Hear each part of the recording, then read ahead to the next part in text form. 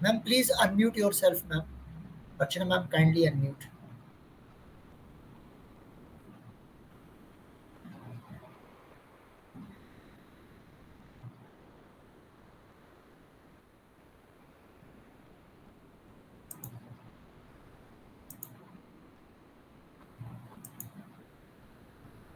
Ma'am, we are not able to listen you, ma'am.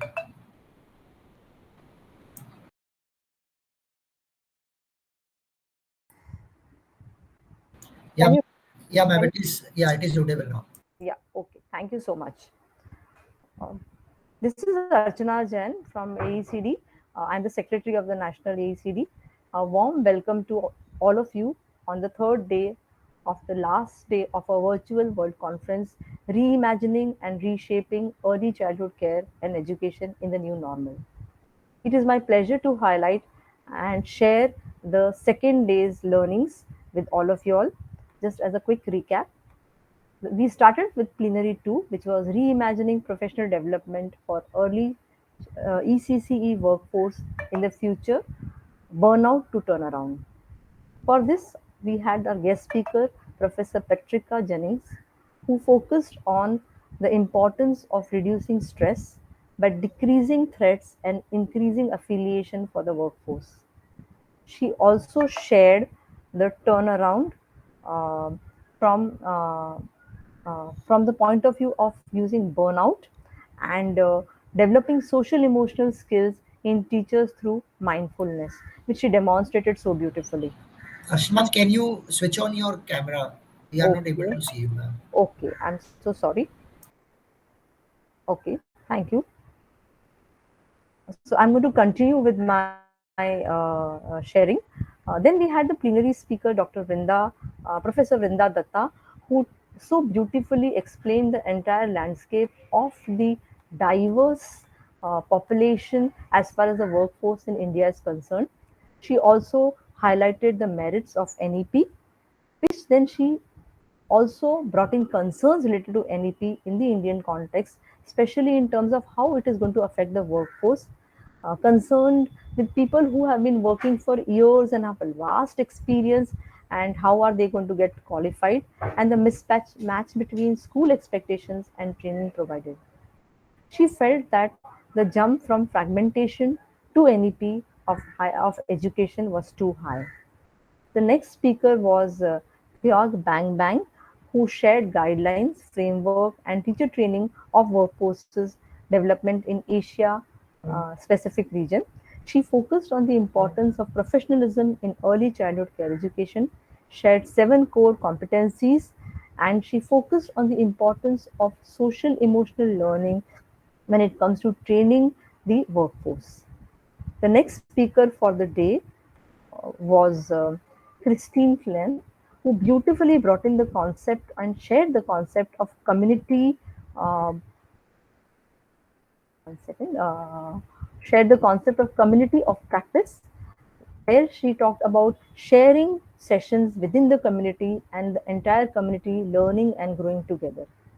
This last plenary speaker for the second plenary was Zorik Trick, who discussed the need of the workforce with a special focus on mental health and well-being and strong leadership. She also shared her thoughts on reinventing professional development.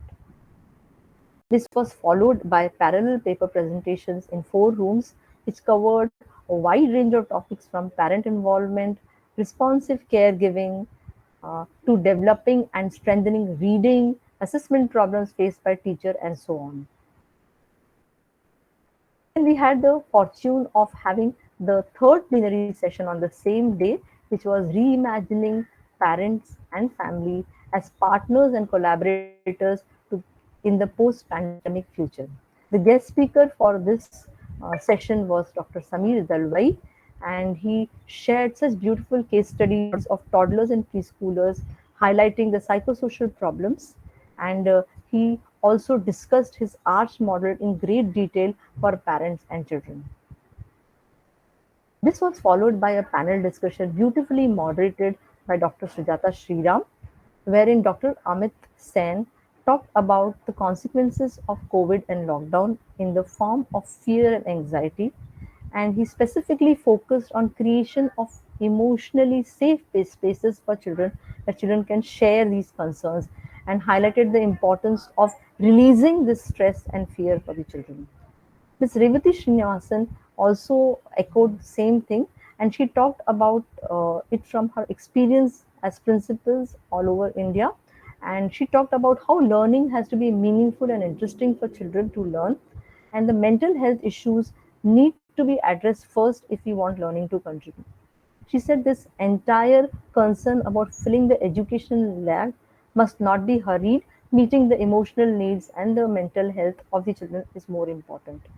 Dr. Shaigita has a vast experience of study, and she talked about issues of assessment based on parental report, and a lot of concern she shared about meeting needs of children with special needs through technology.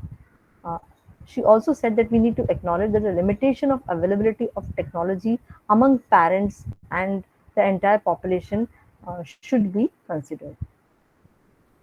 The panel discussion generated a lot of issues, and a lot of time was spent in discussing how emotional, social emotional gap needs to be filled first before we worry about the educational gap.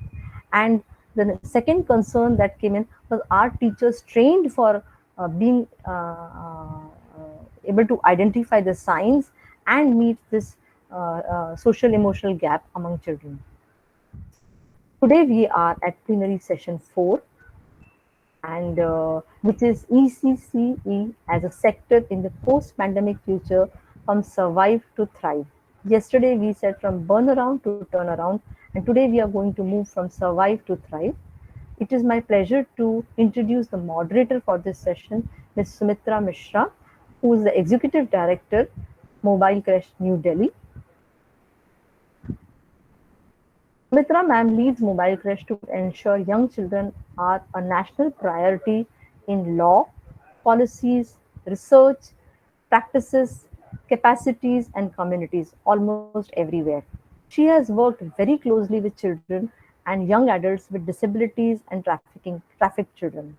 She has a wide experience in organizational strategies and development, policy advocacy and campaign building, evidence-based program impacts, fundraising and communication.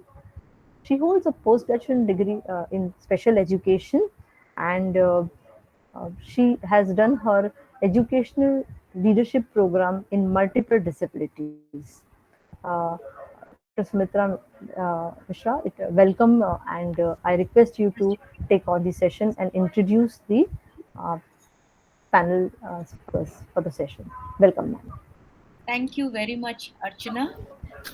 Pleasure to be here back again on the third day after two successful days of the conference with rich learning and discussions. Just quickly checking with the tech team if you can see me and hear me.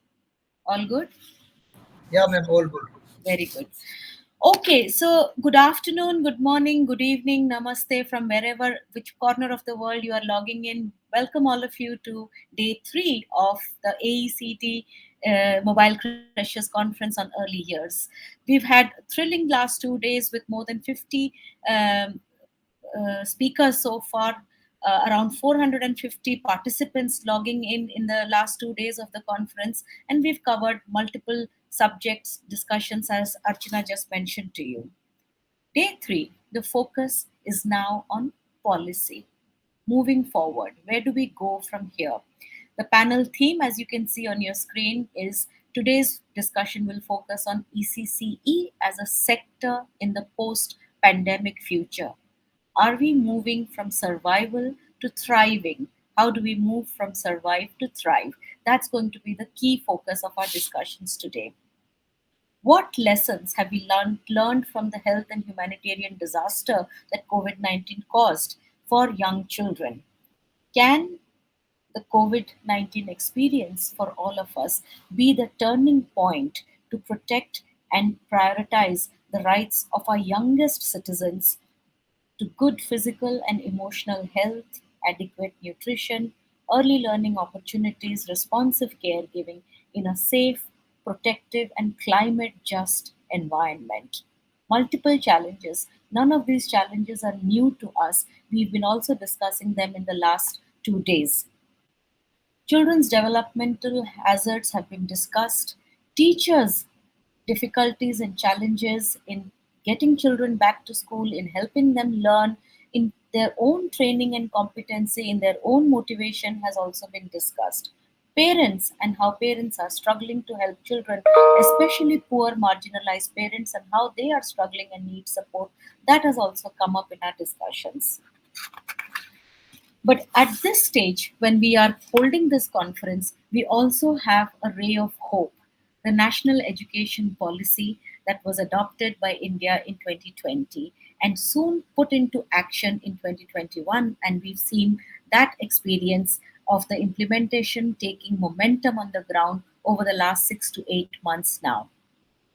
Is the NEP, the National Education Policy, as we see it today, a paradigm shift for ECCE that we've been hoping for, to look at children's holistic development, to recognize the continuum of learning from birth to 6 years of age and even higher through the foundational stage up to 8 years of age?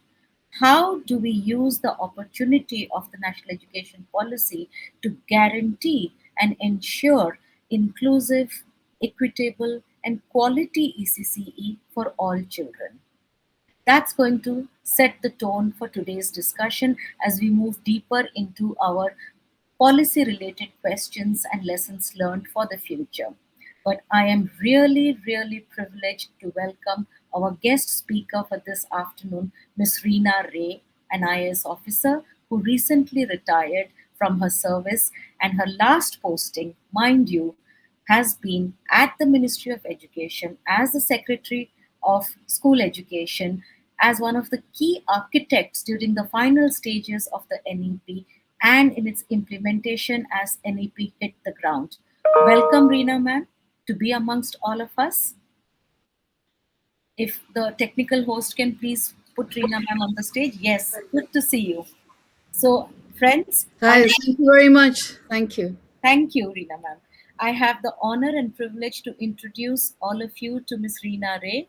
And she has been, as you can see on your screen, has had multiple stints as a senior administrator, as a policy thinker, and as a policy architect across multiple areas of government. But interestingly for us, and the discussions that we've had in the last 2 days about DPEP, about Sarva Siksha Abhiyan, about Samagra Siksha Abhiyan leading to NEP. So the evolution of education and education policy implementation on the ground is something that Reena ma'am has been closely, intimately connected with.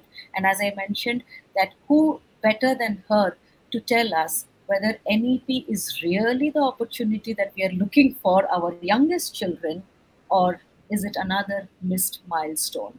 And how do we seize this opportunity? Thank you very much, Reena ma'am, for joining us. Over to you. Thank you. You have around 15 to 17 minutes, and hopefully, we'll have some short time for discussions to take comments and questions from the audience. Over to you. All right. Thank you so very much, Sumitra. Sorry, I have to ask this. Am I audible? Can you hear me? All right.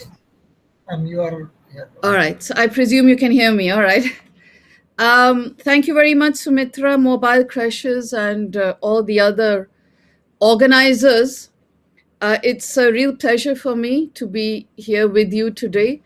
As Sumitra mentioned, I have retired, and that's given me a kind of an opportunity to step back and to sort of see things in a larger picture and in a much larger perspective, and for me to sort of wonder now, what is school education about, and what really matters, and where are we, and perhaps where I can perhaps help people to move forward also. When I do think back, I think back of myself also as a very, I would say, almost stubborn, determined person who felt she could do a lot of things. And one of the memories which always stays with me is when I joined the Delhi government schools a very long time ago, more than 15, 16 years ago. And the pass percentage in Standard 10 was only 48%. And when we analyzed it, we found out that most of the children were failing in maths. But, and this is an example of how things have changed.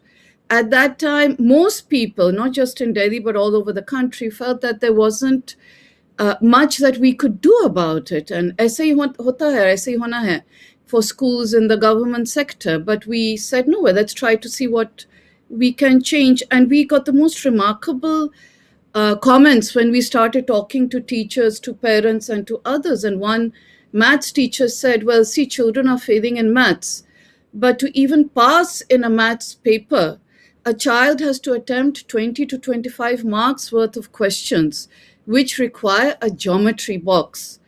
And the truth is, our students didn't have geometry boxes. They didn't know how to use it, and they didn't have one.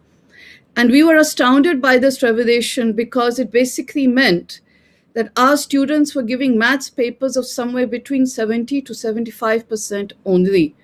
And we thought, what would happen if they could give a paper out of 100? So literally on, I would say, emergency mode, we bought geometry boxes for all our school children. We taught them how to do it. We had mock tests. And using a geometry box is actually very easy. It's a very good way to get marks also. And in just 1 year, our results shot up from 48% to almost 60%. And over a period of 3 years, by using this whole process of talking to people and trying to deliver what everyone wanted and felt that they needed, we went from 48% to 84% in the Standard 10 CBSE exams. Again, a result of believing that children are worth it, and it's our duty as adults to give them the better future. Another experience which I need to share, which is very important to me, and I used to keep quiet about it, is that many of you who are around in, let's say, 15, 20 years ago, you might remember that we had very disturbing scenario of student suicides, attributed largely to the pressure of the exams, the 10th standard, the 12th standard, giving the entrance. But when you sort of skimmed the surface, one sort of found out, again, from talking to parents, to teachers, from students and others, that there were other issues which seemed to be much more important, the interpersonal issues, the not communicating within the family, the teacher, the bullying within the school. And we embarked upon a series of activities led by the principal, actually, who we made responsible. And it's very interesting because now nobody talks about student suicides, because we and many other people all over the country who participated in this were very successful. So it appears that success, in a sense, means sometimes becoming irrelevant. And I think that's a very important lesson for today's social media obsessed people who want to be everywhere. Sometimes just not being there means that you have actually succeeded. At the same time, we had this huge problem of children not coming to school. So when we talk about focusing on early childhood literacy and the challenges, for someone like me, it's actually a challenge in early childhood literacy is a sign of a remarkable success. Everyone here today, whether it's me or you, we are standing on the shoulders of giants, of almost millions of people who came before us and who did remarkable work, for example, in bringing children into school. That's why I am very, very optimistic that trying to tackle the whole challenges of early childhood literacy is going to be a challenge, but we will manage it. But when we were talking about bringing children to school, and this has implications for the NEP also, we realized that bringing a child to school, let's say, for example, we learned from mobile creches, this wonderful organization which is organizing this workshop today, this conference. We learned that there are many workers, there are migrants, there are construction laborers, and we needed to think out of the box. So we learned from mobile creches. And we said, well, if the child can't come to school, can we take the school to the child? And thus, we came up with the concept which we called the Chalta Firta School.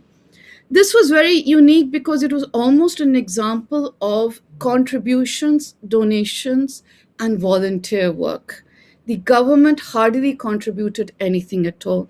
It was a success, it was a huge innovation, but it had to close down with the coming of the Right to Education Act, a big learning experience from us.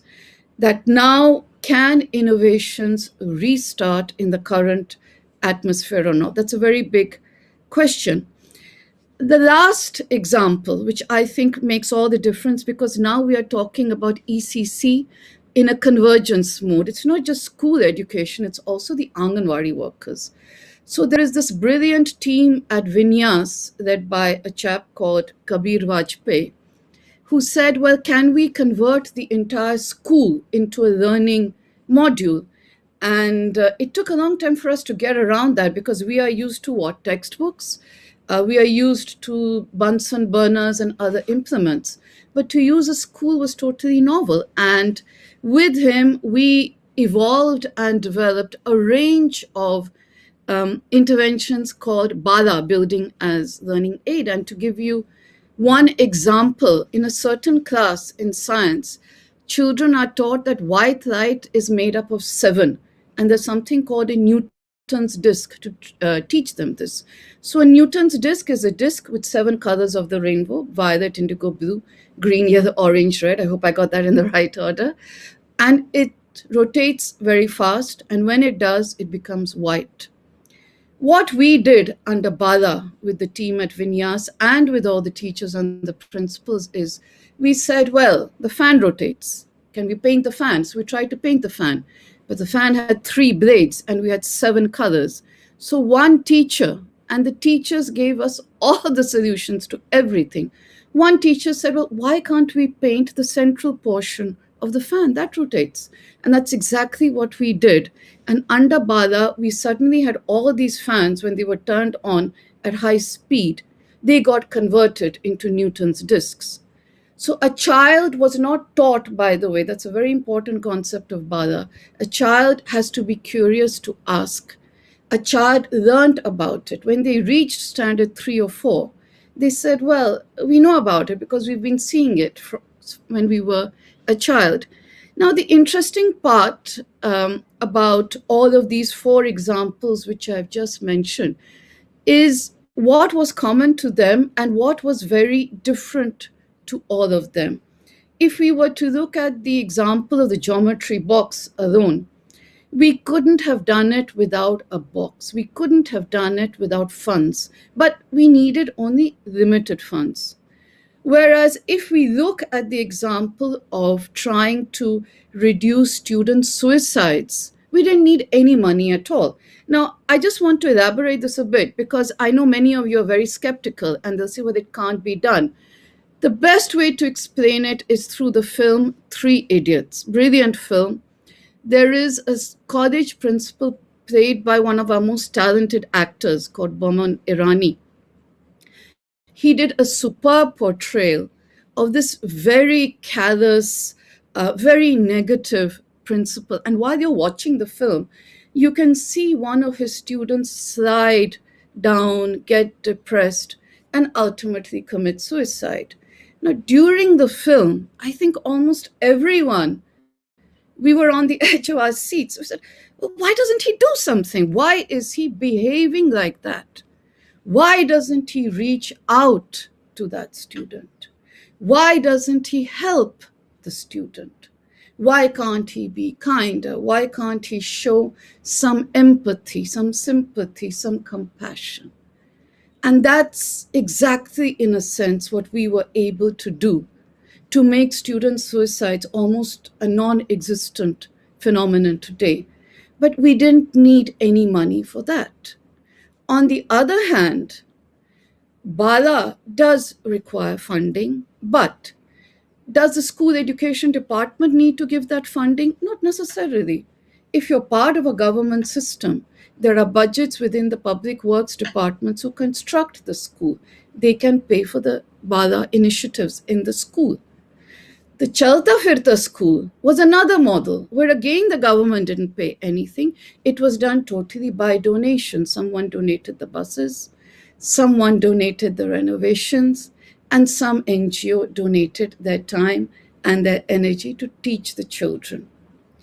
So, what I'm trying to say from all of this is yes, we need a lot of interventions, we need a lot of tangible things, but everything requires different amount of funding, different amount of infrastructure, and there are many things which can be done simply by being a good human being and a good person.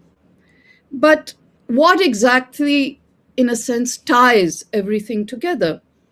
There was a time when I was a senior officer and Dr. Abdul Kalam was the president. So he gave us this wonderful lecture that Dr. Kalam, you are where you are.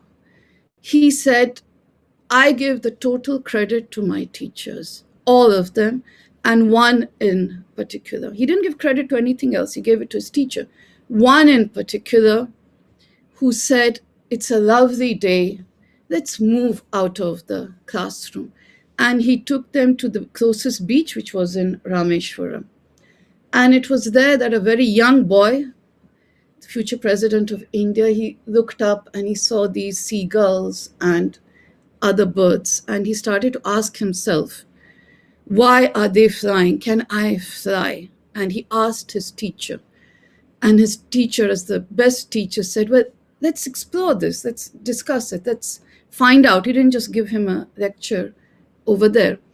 And thus was born this huge desire in the young Abdul Kalam to actually become a scientist. And because of him, the fate of his country changed overnight. So we come to the teacher, the challenges, the problems. What can a teacher do? I need to quote someone here, Ralph Waldo Emerson. I've written it down here. To know that even one life has breathed easier because you have lived. That is to have succeeded. And in a sense, what ties all of the initiatives is what I have seen in success stories all over the country. It is the single individual, the wonderful Anganwadi worker, it is the teacher, it is the head of the school, it is the administrator who says, well, I'm going to do this. Let me try at least. That is at the core, and that's what actually makes all the difference to everything. But the subject I've been given today is also with reference to COVID.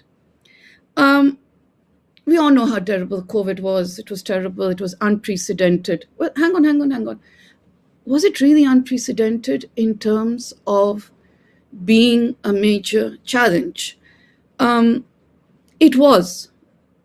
I mean, there are no words to describe how difficult it was, but at the same time, perhaps how COVID was really different is that it meant that you and I, who are educated, have access to laptops all over the world, we were impacted.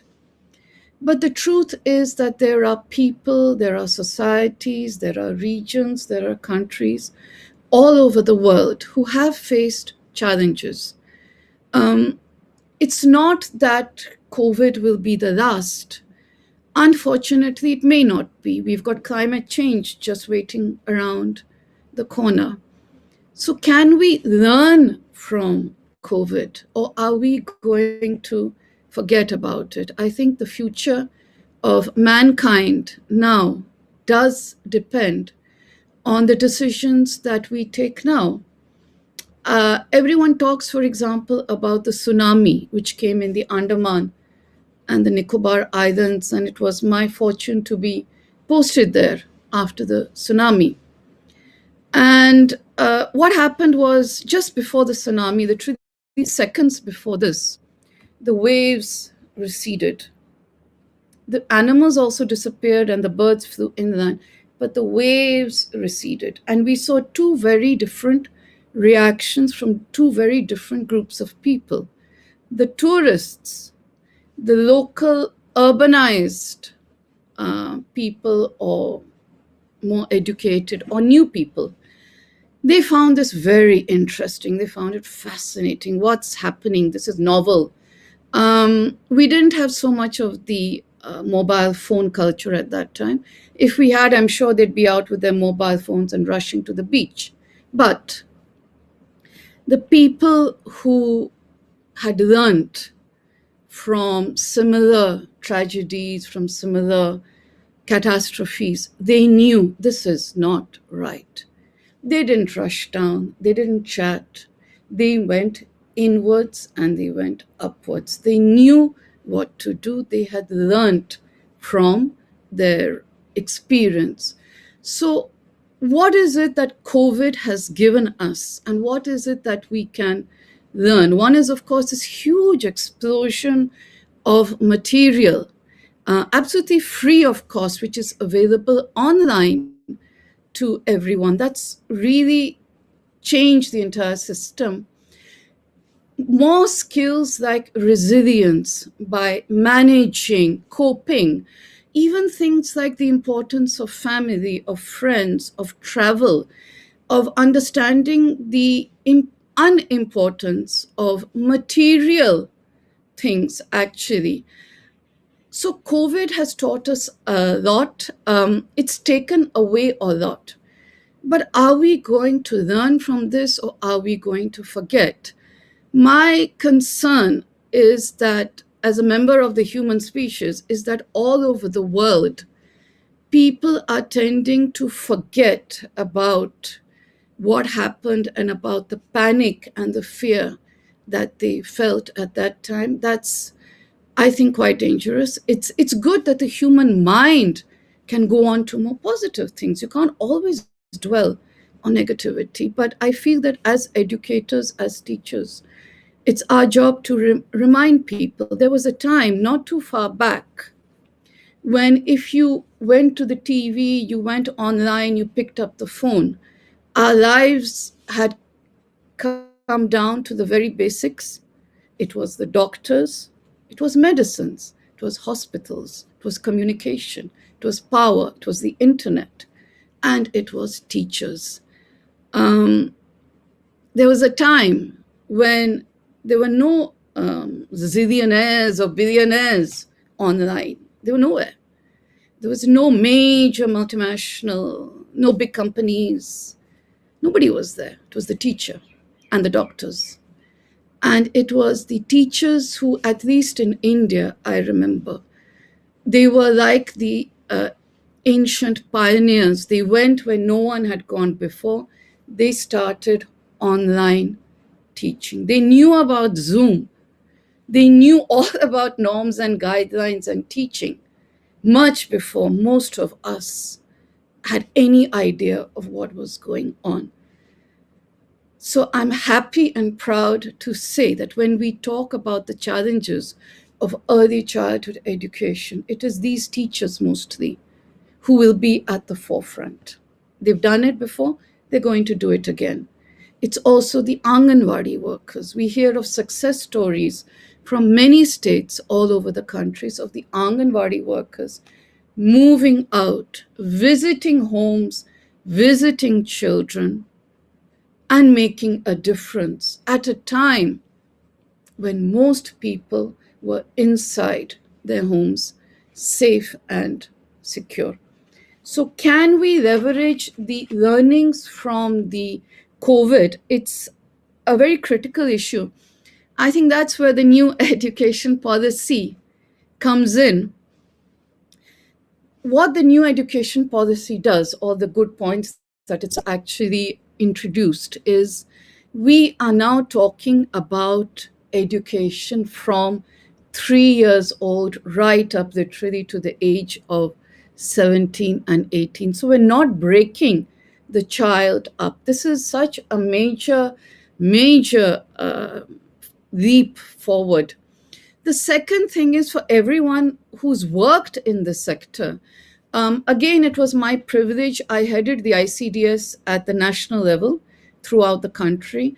And I also headed the Sarva Shiksha Abhiyan and then the Samagra Shiksha. And we've always been very, very worried and frustrated about the fact that school education departments and the ICDS Women and Child, well, never the twain were meeting. But now under the NEP, they've been brought together and they're now working together for children, not so much in terms of departments, but going forward together. That's going to make all the difference, these two things. The NEP also is looking again at flexibility and innovation. I mentioned the Chalta Firta schools. If a child can't come to school, can you take the school to the child through a bus? States like Andhra had at that time schools in boats. So did Kerala, I remember. Kashmir and many northeast states where there are nomadic communities, they used to have teachers who used to go with the children and teach them over there. I'm looking forward under this new NEP to seeing much more innovation and much more programs which are suited to the child. Again, under the NEP, I'm sure UNICEF's hearts will be gladdened. They used to really talk every time I met them. Reena, we're always preparing the child for the school. It's the wrong direction. We should always prepare the school for the child and the community for the child. So finally, under the NEP, we are seeing this affirmation that finally it is the school, the community, the parents, the administration, and everyone who has to be ready for the child. One of the most critical interventions under the NEP is on the teacher. There is the introduction of a 4-year B.Ed program, which I believe in very, very strongly. I hope perhaps someone else will go into this in detail because it needs to be focused upon. But the way forward is the teacher. But what's the way forward for everyone else? What does one do? We've got the NEP. We know how important this learning and all other issues pertaining to early childhood education is. We know the work that the teachers have done and other systems during the pandemic. We know that it's likely there's going to be something else. There may not be COVID, but nature is very smart and she's likely to throw something else. And if she doesn't throw, somebody else will. We have to be prepared. We have to be resilient. So what's the way forward? I think one of the most brilliant analyses which I've read, and again, this is one more quotation I need to read out here. It's from a World Bank report. It says that an overview of 56 studies across 23 countries found impacts from early childhood program on health, education, cognitive ability, and emotional development. A study by the Nobel laureate James Heckman. You might be familiar with this, but it's always worth reading it over and over again. He found that participants in an early childhood program in Jamaica had 25% higher wages 20 years later. He says that the return on investment in early childhood education is even higher than the stock market from World War II through 2008. Now, 25%, I don't think anyone is giving 25% rate of return there. So this is one of the most valuable, one of the most critical areas that we need to invest. But yes, we need infrastructure, we need trained teachers, we need to train the Anganwadi workers, we need to create more and more Balvatikas and ECC centers and more Anganwadi centers focused on ECC also. My time's running out, I know that, but I want to share what I feel. Where do we go from here? What can everyone do? As a retired person and someone who's struggling to figure out where to put her money to get the maximum rate of interest, I can take a step back and I'd like to share with you what I feel is more important. And I think that it is an approach which says, well, I'm going to do this. I feel children are too important. We can't just waste our time and energy in saying, when that is done, then I will take care of ECC. When that is done, then I will take care of ECC. It's like I used to tell everyone, people used to tell me, Reena, you must exercise. You must do this. You must take care of health. I used to say, well, after I retire, I'll do this. After I lose weight, I'll do this. There's no time for children. The time is now. And COVID has told us we better take care of everything now. There may be no tomorrow. I'm going to do this. It's not easy, but if we could do it, you can do it. And I know there are millions of people all over the world working to do this. Forge your communities of like-minded individuals. Be determined, be happy, meditate. Don't become negative. Some of the happiest people during the pandemic, I don't know if you noticed, they used to be irritating until I joined them. They were the singers. Every day, they would sing a new song and they would upload it on your family groups, on your class groups, on your school groups, everywhere. But they were so happy. Sing, dance, be positive. Administrators, heads of schools, teachers, you all have different roles to play. If you're in the government system, there are initiatives like the UDAS Plus, performance grading indicators, there's Diksha, there's a wealth of material there.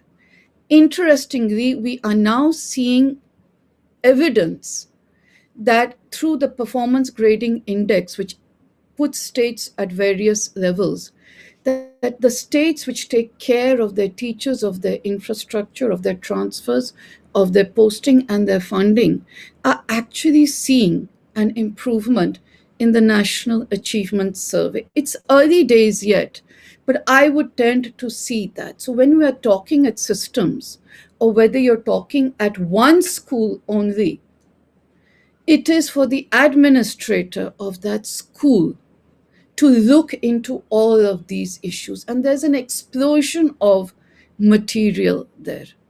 The administrator also needs to monitor. I can share what happened with me just half an hour back. So I'm sitting in front of my bookshelf. I have thousands of books all over my home. But because this is at the back, I sort of dusted everything and I straightened it out. So when we joined, Sumitra said, well, can we see the rest of your books? I said, well, hang on, I haven't dusted them all, what will people think? So the importance of monitoring, you are seeing me, therefore I have to, keep this at least neat. The rest of it is higgledy-piggledy. It's not that it's not good, they're all books. But monitoring is very important. The head of the school has her own role to play. I would urge everyone to twin schools. It doesn't matter if you're a top-notch private school in India, a top-notch public school, government school, it doesn't matter. There is all you can learn and you can share. I remember visiting a very famous, name I shall not mention, private school somewhere in India. It wasn't in Delhi, by the way. And the principal had huge land, the school had huge land. And she took me to see her garden and the roses and the flowers that she had. Everything was very beautiful. Bang next to it was a government school, but with a large plot of land. But what the principal had done there, along with teachers and the students, was to use the land to grow vegetables with the students. So there were guava trees, and there was bhindi, and there was onions, and there were tomatoes, and there was all tinda and all palak and everything, which the children were then eating. So she might have been the principal of a top-notch school, but I feel she had a lot to learn from the principal of the slightly much poorer government school. So it's a symbiotic relationship. I would urge everyone to twin. I would urge the heads of schools to make a school program, to engage with the community, to engage with the parents. If we have another some catastrophe. I mean, if you go to the Andamans, the pandemic and COVID was well another one. They'd already had tsunami, they'd had something else. We've got places where schools are washed away during floods and then they construct them again. If something comes where it's likely to come, parents, communities, the person just outside your home, your local people, they are going to be the most critical. It's time we forged relationships and we worked together in all of this. So, just to end, um, don't focus too much on what isn't there. Don't focus too much on the absence of funding. Yes, you need money. You may need more money for that, you'll need less money for this, but you may not need any money for something else also. Judiciously allocate your resources and your energy. And I have to end with another quotation which everyone used to tell me and which I have now paraphrased for everyone today. So, what everyone used to tell me was, don't wait for things to get better or to change. Life will always be complicated. Learn to be happy right now, otherwise, you'll run out of time. So I have paraphrased this for today. Don't wait for others to put things in place. We owe it to our children to do our best. Learn to manage the situation now, otherwise, we'll run out of time. Let's be determined. I'm going to do this. The universe loves big headed, determined people. I'd like to thank everyone again, and let's do all this. Thank you so very much. Thank you.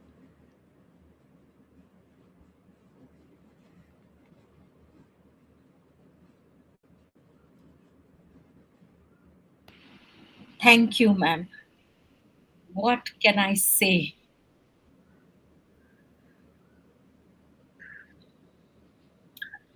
All I can say to begin with is thank you for humanizing a policy which is normally seen as a very dry document. Uh, Thank you for illustrating it with your personal experiences. And it resonated so well with the discussions that we've had over the last 2 days around mindfulness and around emotional health and support to each other. That your message about time is now, the responsibility is on each one of us to do what we can and do it well and do it truthfully and do it together by forging our communities and our connections. The focus on teachers and Anganwadi workers, the frontline heroes, they hold the solutions, they hold the courage to learn from. The best innovations comes from that one school principal, that one school teacher, that one Anganwadi with very limited resources and with a bunch of curious kids, young kids around them. You touched upon all the complicated points. Convergence, not easy. Funding, not easy. Infrastructure, not easy. Monitoring is not easy. Resource allocations, not easy. Standards, not easy. You touched upon all the standard policy points that one would expect an administrator like you to talk about. But you turned each of these dry points into an illustration to show us through your own empathy, personal empathy, your own intimate knowledge about working with the system, that things move, things change when you listen to the people on the ground, when you look at children first, bringing children into school, creating a safe environment for them. So, really, I will not try and summarize or make any other points. It has been an excellent session. I imagined we will talk about NEP, and believe me, we spoke about the national education policy from a very different perspective, from a very human angle, from a thoughtful leader's angle. And for that, we will be grateful for giving us this direction and for instilling the courage to take action here and now. Keep talking, keep pushing, keep asking, but start by doing it yourself. That's the message for us to take away from your session. I don't see many questions on the Q&A, but I see a lot of comments on the chat box of what an excellent session it was and how you have picked on the most important, the basic, but the most important uh, points, the most important issues to be true and just towards our children and their parents and their teachers and their Anganwadi workers and their communities. So thank you very, very much. Thank you indeed.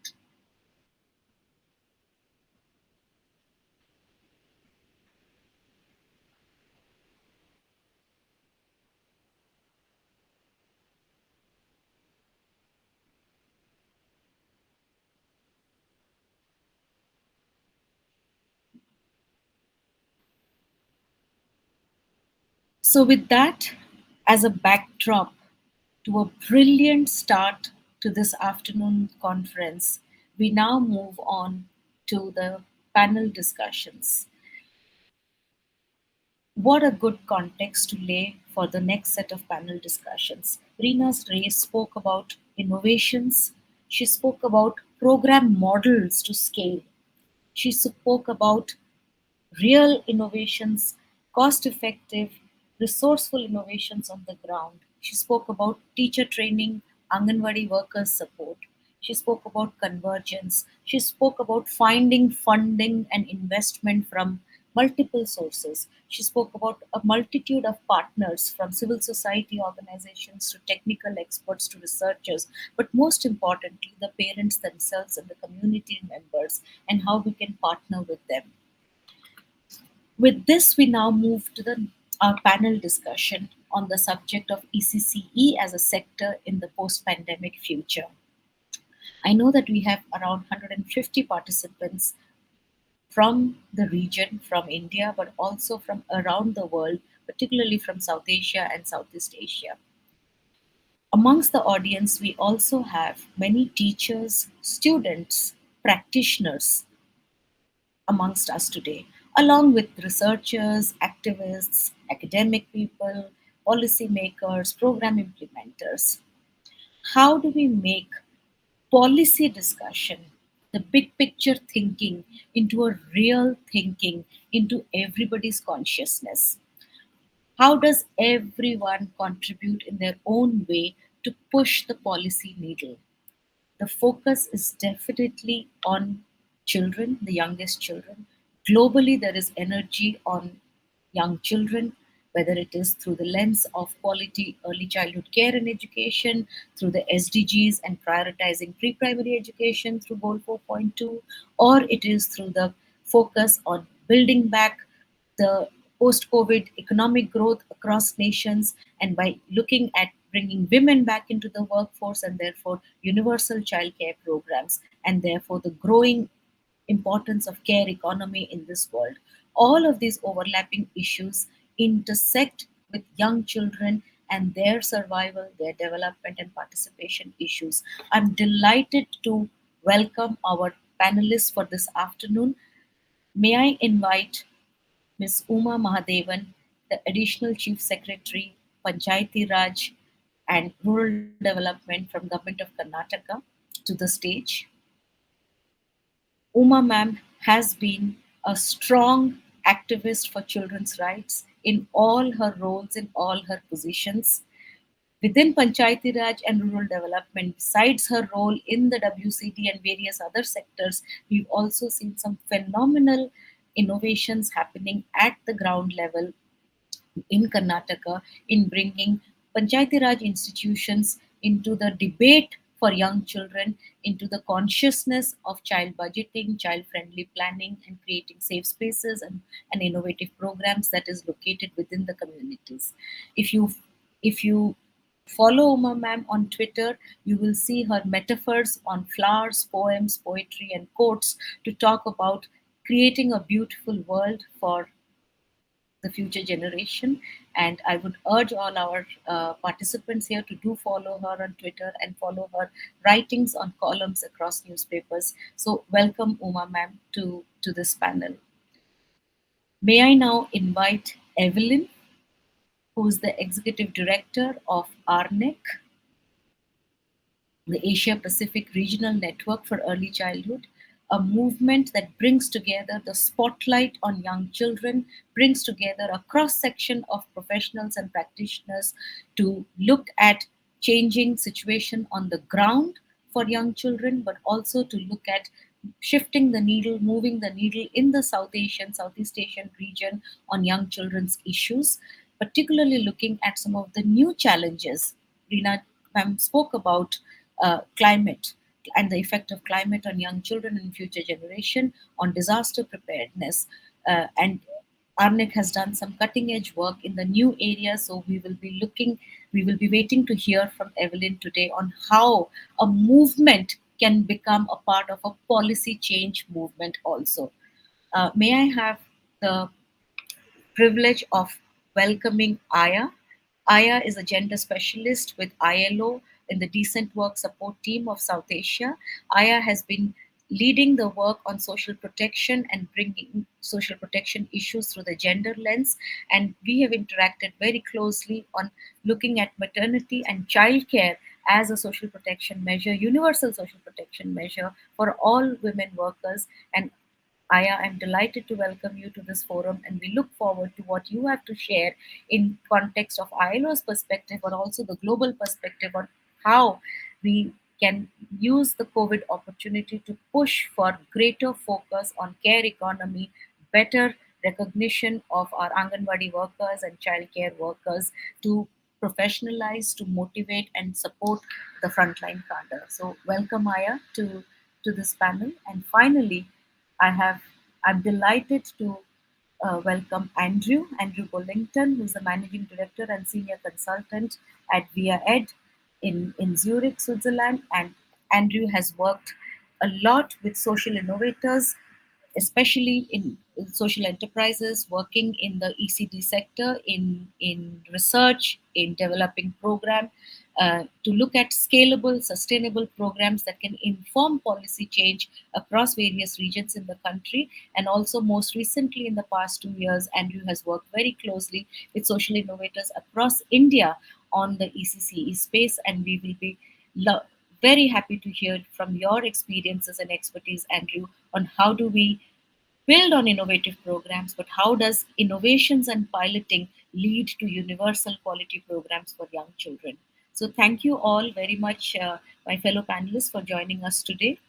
May we start the discussions with Andrew. Over to you.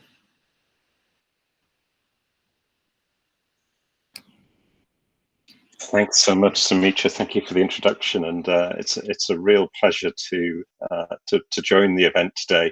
I'm really looking forward just to spending a few minutes talking about some of the experience that I've had the great fortune over the last few years to pick up, largely, and much of it, I have to say, working with some really amazing social innovators in India.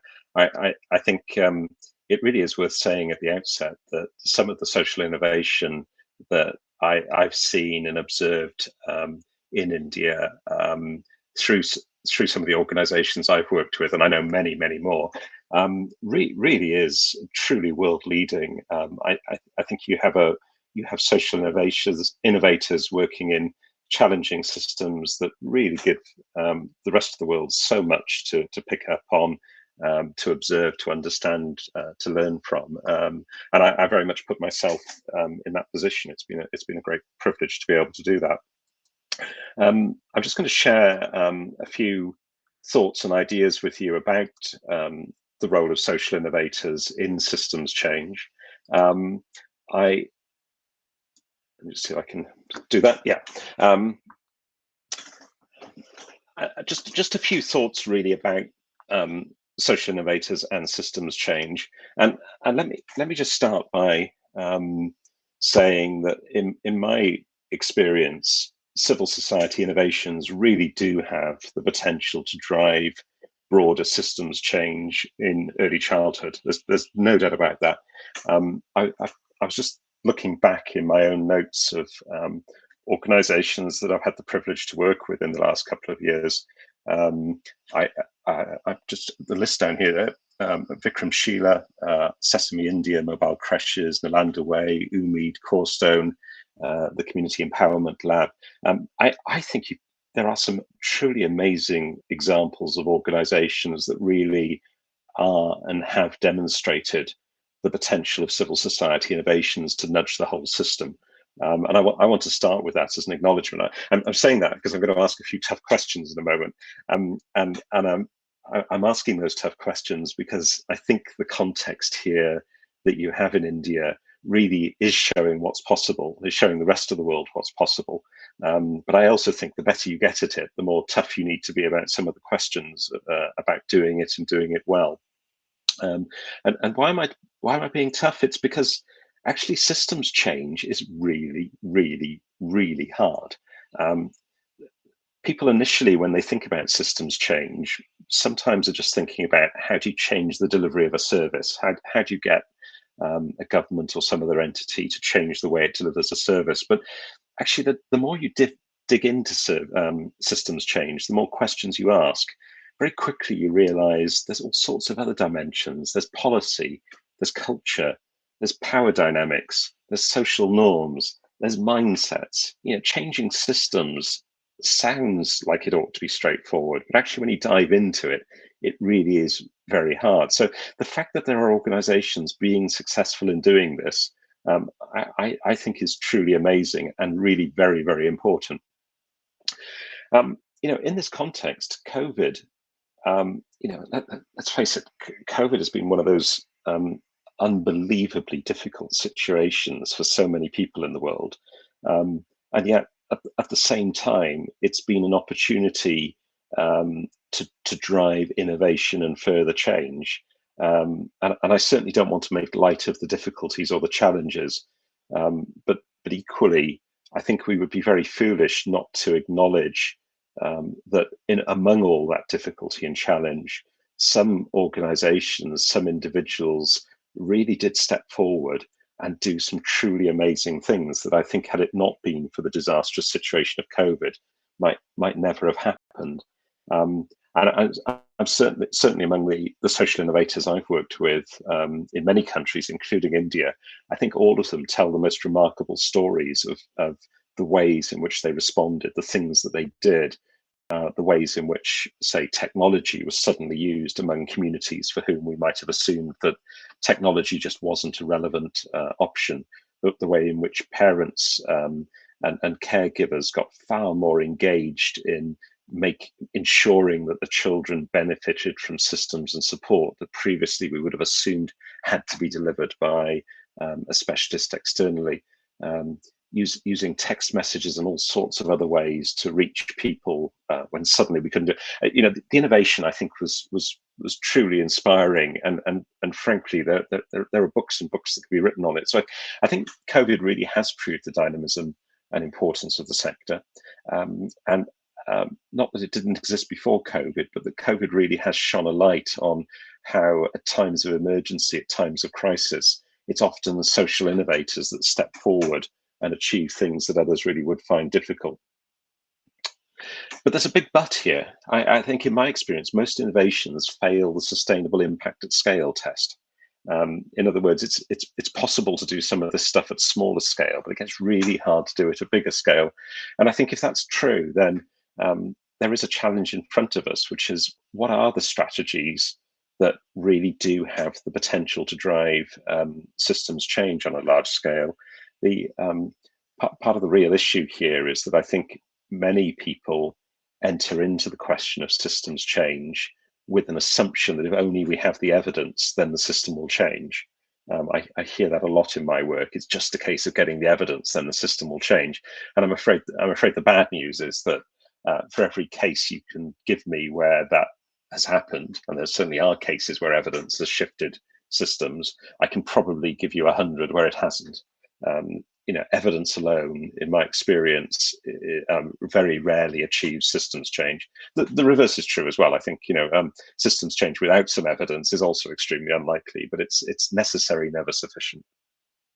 So let me just unpack one or two of these concepts very quickly to just explore them, because I think there's a critical triangle here that I think sits behind the work of most social innovators.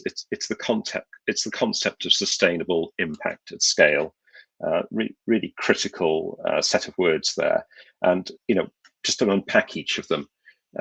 Sustainable really comes down to, can we afford it now, and can we afford it as it scales and as it grows? There are too many innovations out there that I'm afraid become unaffordable as they scale, and for something really to work, particularly to work in a situation where you do want to scale it, not just to the tens or the hundreds or the thousands, but to the hundreds and thousands of millions. This sustainability question is really, really critical. And unfortunately, people often come to it too late in the day. Yes, they've got a model that works, but it's not a model that's capable of scaling, and that's really important. The second question, and this is the evidence question, this is where people often start, if only I have the evidence, then we're bound to do it. The second question is one of impact. Does it actually make a worthwhile difference? Can we show that, ideally at the child level, of course? And third, can it actually scale? Can it actually reach lots of people? Or does it have something in there that is inherently an inherent limitation on it growing? Experience time after time is that all three of these dimensions of the triangle are utterly critical, and it's not good enough to have an innovation that is really successful at two of them and doesn't address the third. All three are important. Just going down one more level, then, the sustainability question. When I'm working with social innovators, or when I'm working with grant-giving foundations looking at social innovations and what they should fund, these are the kind of questions we're asking. Do we actually have unit cost data? Can we see what that looks like? If we do, is the model fully costed, or is it making assumptions about things that actually really will cost money in the future, but you maybe manage to get for free at the beginning? Will the costs and the income change as the intervention grows? We like to think everything's linear and just carries on a predictable line, but in practice it often doesn't. Can you actually get the costs below the income that's being generated? Or if you can't, can you increase the income above the costs? The trouble with losing $1, say, on every implementation of an intervention is that might be fine if you're just doing it 100 times. You might be able to raise the funds to pay for the $100. But what happens if you're going to do it 1 million times and you're going to lose $1 every time? Now $1 million is a completely different game. And so a small amount of money with a big scale really makes a huge difference. And the other question we often ask is, well, what's the cost of doing nothing? The cost of inaction? Because often where we have social failings, where a system isn't working, it's not that there aren't costs, it's just those costs are being picked up elsewhere in the system, maybe years later, or by insurance, or by social problems that have to be picked up by other parts of the system. And so the cost of doing nothing always needs to be understood. I also frequently come across situations where people are very successful in getting grant income from foundations to deal with the sustainability question, but they then forget that the grant income isn't scalable. Unfortunately, that's not typically how foundations work, and so grant income is great for solving some of the upfront problems and beginning to build models, to conduct research and so on, but it's not typically scalable money. So what about impact? Questions we're asking: do you have a simple theory of change? Do you have evidence, preferably not just your own, but independent, that actually shows that you're achieving the outcomes that you're wanting, not just counting the activities and outputs that are going along?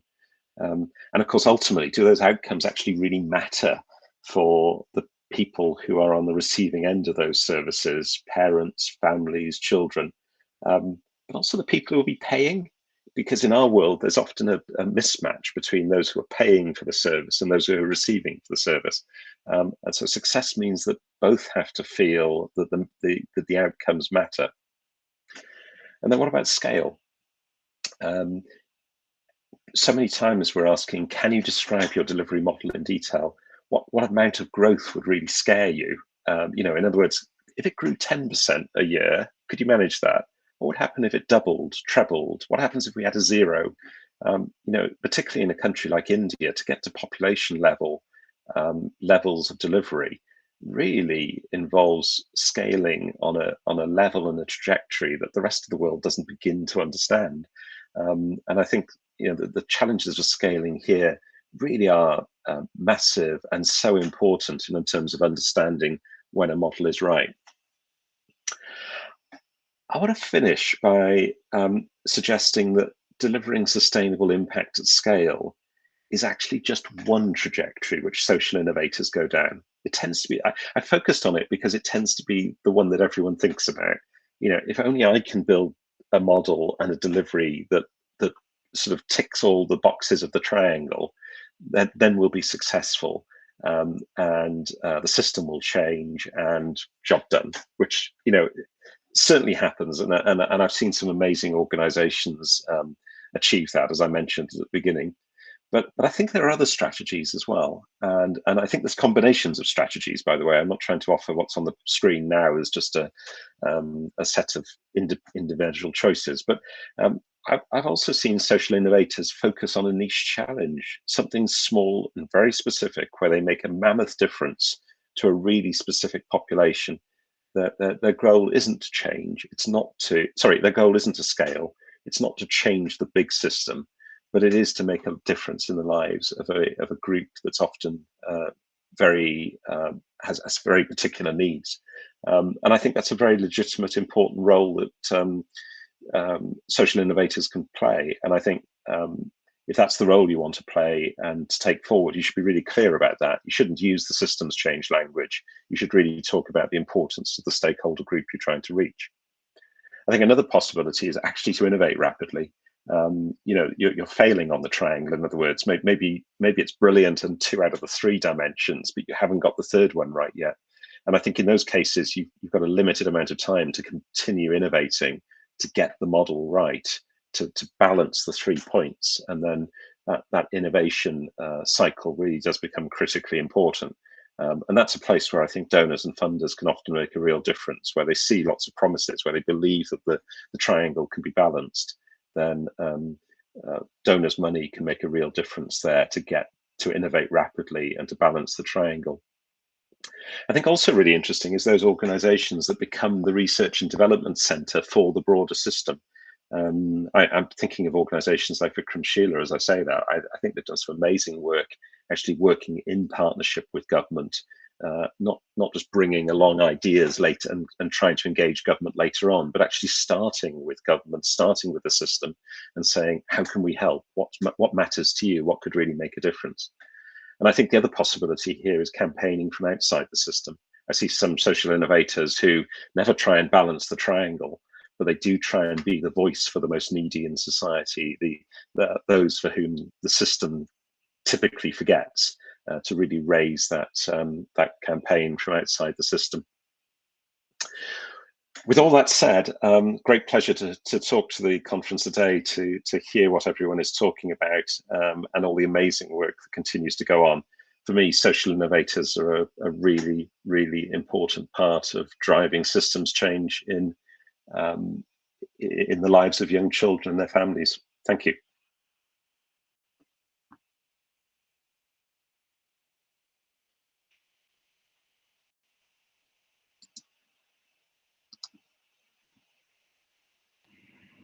Thank you, Andrew. That was very interesting and insightful. And social innovations for scaling programs and for universalizing programs is a big phenomena right now in India, particularly in the ECCE sector, where we see multiple players from the private for-profit sector to the civil society sectors to social enterprises and the government, of course, the mother of all scalable programs, being a part of the sector in rapidly scaling quality ECC programs.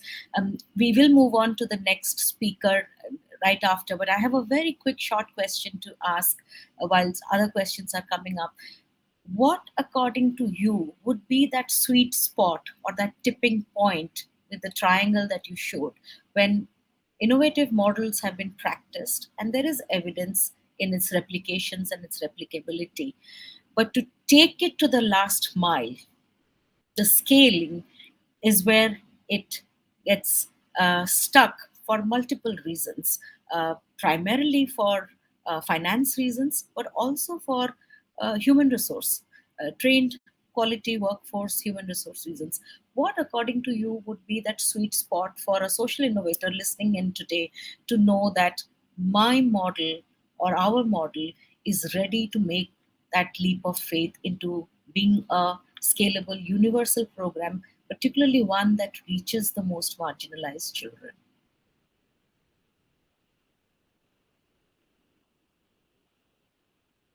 If I may ask the technical host to bring Andrew back to the stage, please. Andrew, can you unmute yourself? Andrew, unmute yourself, please. Yes. I'd suggest two things actually are critically important.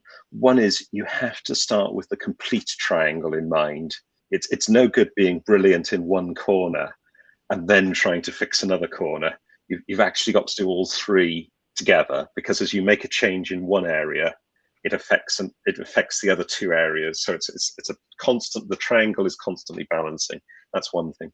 And I'd say the second thing in my experience is that organizations go through phases of development. It doesn't all happen in one go. There's not one straight linear line from being very small and innovative up to being huge and system impactful. In practice, you go in steps and stages, and at each stage, you tend to solve another layer of problems. And I think in India, I've seen this many times with organizations that becomes really successful at the individual community level and then move to the district level and start to discover a whole load of new problems. And that's before you move to a state level and so on. So I think so often you have to be prepared to go through those levels. And at each time, you have to go back to the triangle and say, are we balancing all 3 points, or are we just fooling ourselves and being successful at 2 of them and ignoring a third? Good one. Thank you, Andrew. I hope we'll get some time to come back with some follow-up questions at the end of the panel also to you. So be there, continue to stay with us on this discussion. May I now invite Aya? Aya, we've just heard about the social innovation angle towards moving towards policy shift and policy change. And you, as a part of a multilateral organization, work closely with governments in intergovernmental group, and the focus is squarely on the care economy and the care workforce now. Another important pillar, if we are going to look at universalizing quality programs for young children, and particularly from the Indian context, we know, and some of it was referenced in Reena's address also, about the training, the monitoring, the mentoring, the motivation, the accreditation, and some kind of an enabling regulation also of the workforce. So would love to hear what you have to share about what's cooking in the care economy sector and how that's going to affect ECD and young children and their parents and communities. Over to you, Aya. Thank you very much for the kind introduction, and thank you very much for having me in this very important meeting. So we know that now care economy is a really important issue to address as a way to really have a resilient recovery from the COVID-19 crisis. And then, of course, to ensure the holistic development and well-being of children, but also as a matter of gender equality and also for social justice. So I think it's really great opportunity that we are together discussing, and then I think we will need to continue to come together to, I think, push together to have increased investment in the care economy, especially childcare, to ensure that we have inclusive development and decent work for all in India, but also that is, very relevant topic for many other countries in South Asia. Okay, next slide, please. So I know India, I don't know like many other experts who are attending today about the history of ECCE in India, but I know there is a long history. Early on, India recognized the importance of childcare and well-being of mothers. So they have been doing a lot, and now there is also national education policy, etc. But I think, of course, we always can improve a lot. So where can we improve, and how can we go about it? So we really need to convince policymakers and many others to invest in care economy, including childcare. So why do we need to invest in care economy and childcare? The important argument we can use that is also useful for you as you approach policymakers is the fact that this sector has a great potential for job generation. India obviously has been having a good economic growth in South Asia. However, in terms of generation of decent jobs, it has not been as kind of expected. So care sector really has a potential to generate decent jobs because care sector jobs are less likely to be replaced by automation. And there is also a growing demand for care with the aging population and also with many family living separately, like having a nuclear family structure, etc. So estimate from the 2018 report says that if investment is made to achieve SDG by 2030, potentially 69 million jobs can be generated in India.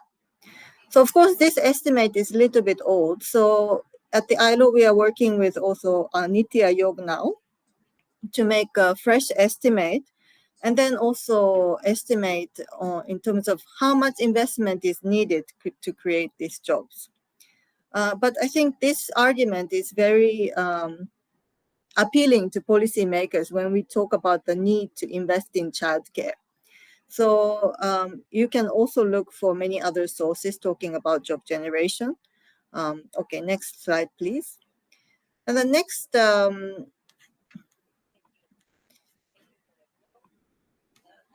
argument is, of course,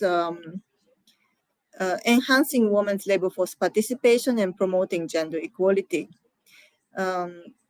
India has been seeing very low, but not only low, but also declining female labor force participation rates. And women in the labor market, they also face a lot of challenges in accessing decent work and enjoying equal rights as other workers like men. So we also know from the various surveys and research that Indian women, when we look at people who are not in the labor force, and if we ask why they're not in the labor force, they raise domestic duties as the main reason. So those people we're talking about out of labor force population women who are also not in education. So we know that care economy, including childcare, is a huge blockage in terms of women accessing and remaining in labor market. And we also know from data that women with children earn less compared to women without children, while men with children earn more, while men without children, they earn less. So there is also these inequalities we can see because of the childcare responsibilities. So really childcare and care responsibilities is a key factor that needs to be addressed if we want to enhance women's labor force participation and gender equality. We know that women gaining educational attainment, providing skills development, access to credit, it's not enough. We really need to reduce also care burden for women to access and remaining in labor market. And for this, there is also need to ensure affordable, quality, accessible childcare for all. Okay, next argument is because it contributes to also poverty alleviation. When women are, busy with unpaid care responsibilities, they are also time poor. So they're not able to maybe access learning opportunities, or they're not able to access secure formal jobs. So they're likely to work in jobs that are low pay and flexible, maybe no job security. And often they are also working as unpaid family workers. So that means they are vulnerable to poverty. So obviously, we can see that from the table here, women spend a lot of time on unpaid care work compared to men. And India's difference between women and men is really stark. So if we also want to alleviate poverty, which is also an important appeal to policymakers, we really need to address care burden by also promoting accessible childcare for all. Okay, next one. So, why do we need to invest in care? Another argument is because it can enhance economic growth by nurturing future workforce who are healthy and productive. And then once more workers are in productive employment by taking these decent jobs that are newly created in care economy as childcare workers or etc., they can also better contribute to the growth of GDP. And in terms of economic growth, also that comes from enhanced productivity of enterprises. So when employees or workers, they are not so worried about childcare. They know that they are at the crash facilities and they're safe. They can focus on their work. If that facility is not available, they may have to be absent, or they may have to decide to leave the job. And for enterprises, that is also, a cost, because now they may lose very skilled and competent worker, and they have to look for a new one, and they have to train. So that's also not very cost effective. In case you also need to use the argument for commitment made at the international level. You know that countries have made commitment on like sustainable development goals that include discussion on addressing care work, unpaid care work. And also countries, member states of the ILO, they also made a commitment to, for global call to action for human-centered recovery from the COVID-19, which really addresses the importance of promoting decent work for care workers and addressing care issues. And the ILO Centenary Declaration for the Future of Work, also adopted by member states, also talks about the importance of more balanced sharing of family responsibilities, better work-life balance, investment in the care economy, which also relate to childcare facilities that are needed to realize decent work and social justice. So we can see that really addressing unpaid care work is related to paid work and also paid care work, because once there are a lot of unpaid care work, they're not able to access paid work. But once a lot of care work is formalized and remunerated, like now domestic workers in India or in many countries in South Asia, they are informal workers. Even childcare workers, they are also informal. Therefore, they also don't have a lot of availability in terms of access to childcare facilities. Then, this unpaid care work at home, it cannot be reduced. Therefore, so there's a vicious cycle. So once, paid care work is available, it can reduce the unpaid care work at home. That can allow women to also access other paid work, whether paid care work or paid work in other areas. So really investing in care economy can create a positive cycle for inclusive development and promoting gender equality. Okay, next slide.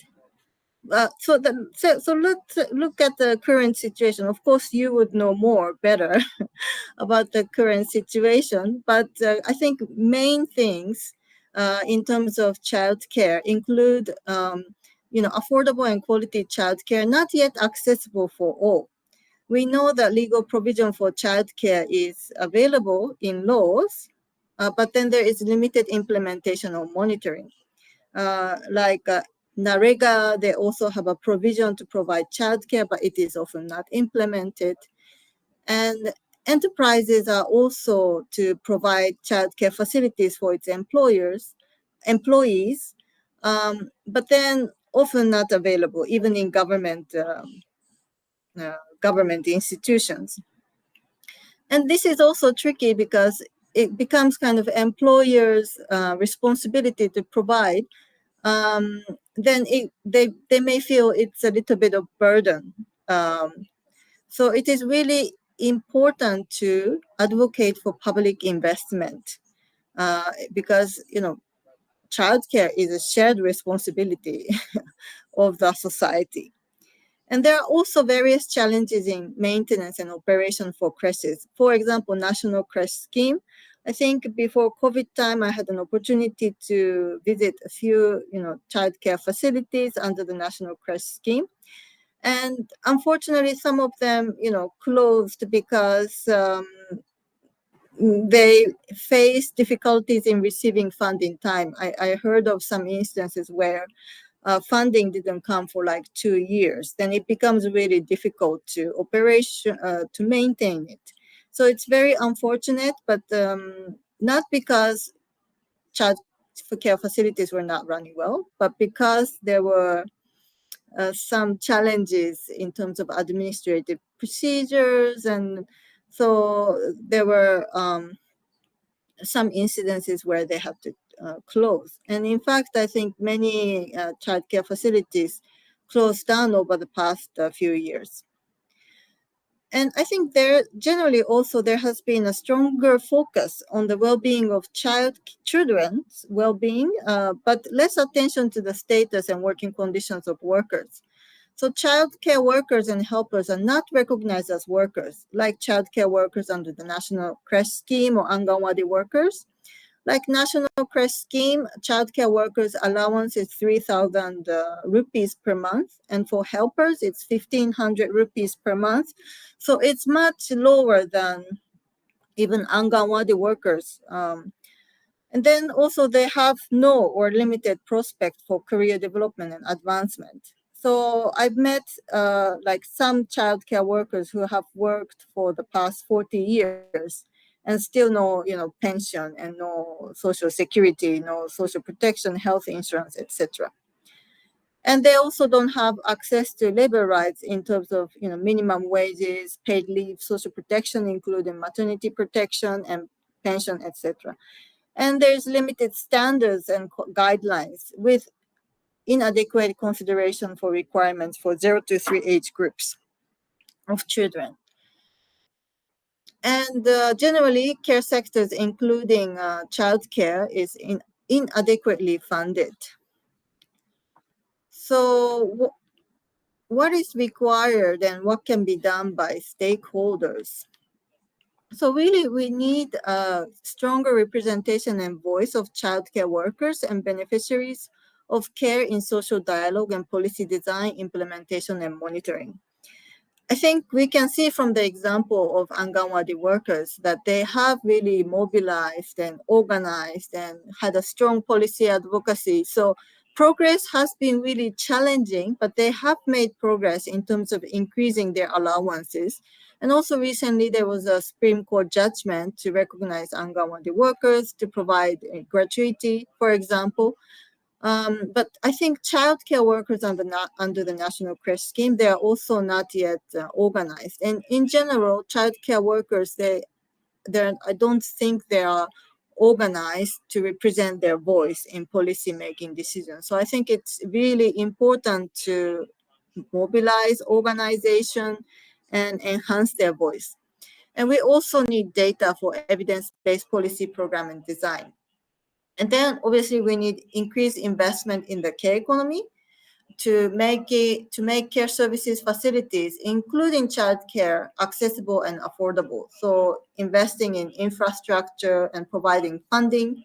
And we also need to ensure decent work for care workers, professional, building training and certification systems formalized to access labor rights and social protection, and promote gradual compliance. So not to penalize, in case there are not some compliance in terms of paying minimum wage to workers, because many childcare facilities in India, they have really been providing the services to the community by doing what they can do, which means community, maybe they're not able to pay minimum wage to the workers. So, but then these childcare workers, they have really good experience they may not have the university degree, but their experience is really valuable. And we should really build on it rather than penalize and stop the place, close the place, etc. And we also need to promote care-friendly policies, like governments providing cash benefits to support access to childcare. Like in Nepal, they also have some cash benefits to Dalit children so that they also have access to ECCE program. And in Singapore, there is also a high degree of enrollment of children in ECCE because they also have some cash program. Next, please. So just to show you that India has very, I think this is well known, but India has very low ratio of investment in the health care sector in general. And this shows that when countries invest more in the care sector, there is also higher women's labor force participation rate. Okay, next. So what can be done by key stakeholders? So I think it's important for trade unions and civil society organizations to support the organization of childcare workers to increase their representation and voice. And then also, as I mentioned, it's important to build on existing resources. There are many, well-experienced childcare workers. They may not have the qualifications like other countries, but, these are really valuable qualifications. And then we also need to include care issues in collective bargaining agreement, policy dialogue when trade unions or employers organizations discuss about working conditions or workplace policies, etc. And then they also need to address care issues in social dialogue. I think we need to bring the issue of care at the policy level much more. And we also need to promote pay equity for care workers, because we know that care workers generally, globally, also in India, are undervalued, mostly unrecognized, and they just receive very low pay if they receive pay. And we need to disseminate information on workers' rights to care workers. And we need to also build alliance of stakeholders. And also we need to address the care needs of workers at the community level. And then we also need to work on, together to advocate and influence policies. Maybe discussing and developing common views on priorities to realize accessible, affordable, quality childcare for everyone, and investing more in care economy, and investing in other relevant areas that can reduce unpaid care work, like infrastructure, basic infrastructure, access to water, or maybe transportation. And we need to promote family-friendly labor market policies like parental leave, employment guarantee, and then also promote social protection for all for workers. I'm sure there are many ideas, but I would like to also introduce the 5R framework just to share with you so that you can also see more action areas in different policy areas. And then, sorry yes. to interrupt you, but if you could wind up in the next couple of minutes, please. Okay, I'm sorry. Yes, okay. So here are some resource materials I will try to share in the chat screen. So thank you very much for the opportunity. Over to you. Yeah, last slide, if you can share. Thank you.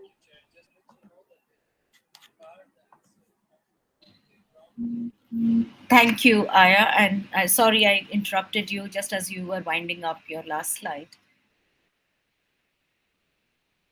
I hope you can hear me, Aya. Yeah, great. So thank you. I think in the duration of this conference, for the first time, you are bringing up the issue of labor rights and how labor has a strong intersecting influence on child rights, and particularly for young children in the childcare and the ECC program provisioning. So thank you for bringing in this nuance to our discourse in this conference. Just very quickly, some of the things that you mentioned, I mean, we all know the historical challenges about the burden of care on women and the feminization of care work, which engages mostly very poorly paid, poorly recognized, or absolutely no recognition almost of care workers. But it's also a deeper reflection of the gender and patriarchal norms that rules our society. And this links to some of the conversations that we've had in the last 2 days about investing more in responsive parenting program that looks at engaging more fathers, visibilizing the role of fathers in care responsibilities for young children, and therefore in a way reimagining the narrative for care and care work and shared care responsibilities at homes. And hopefully that's a longer investment that will lead to some kind of gender equitable norms within families and households, reflecting within communities and wider societies.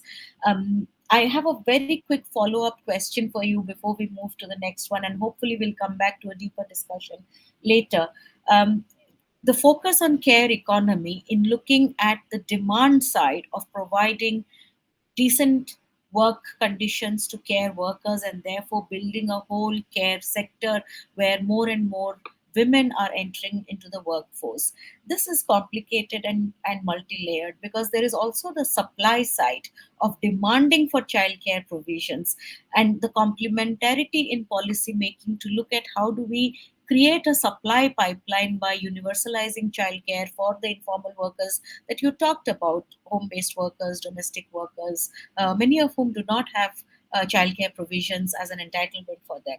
And similarly, the nuance about unregulated care. I mean, broadly, the under six sector, at least in India, continues to remain unregulated.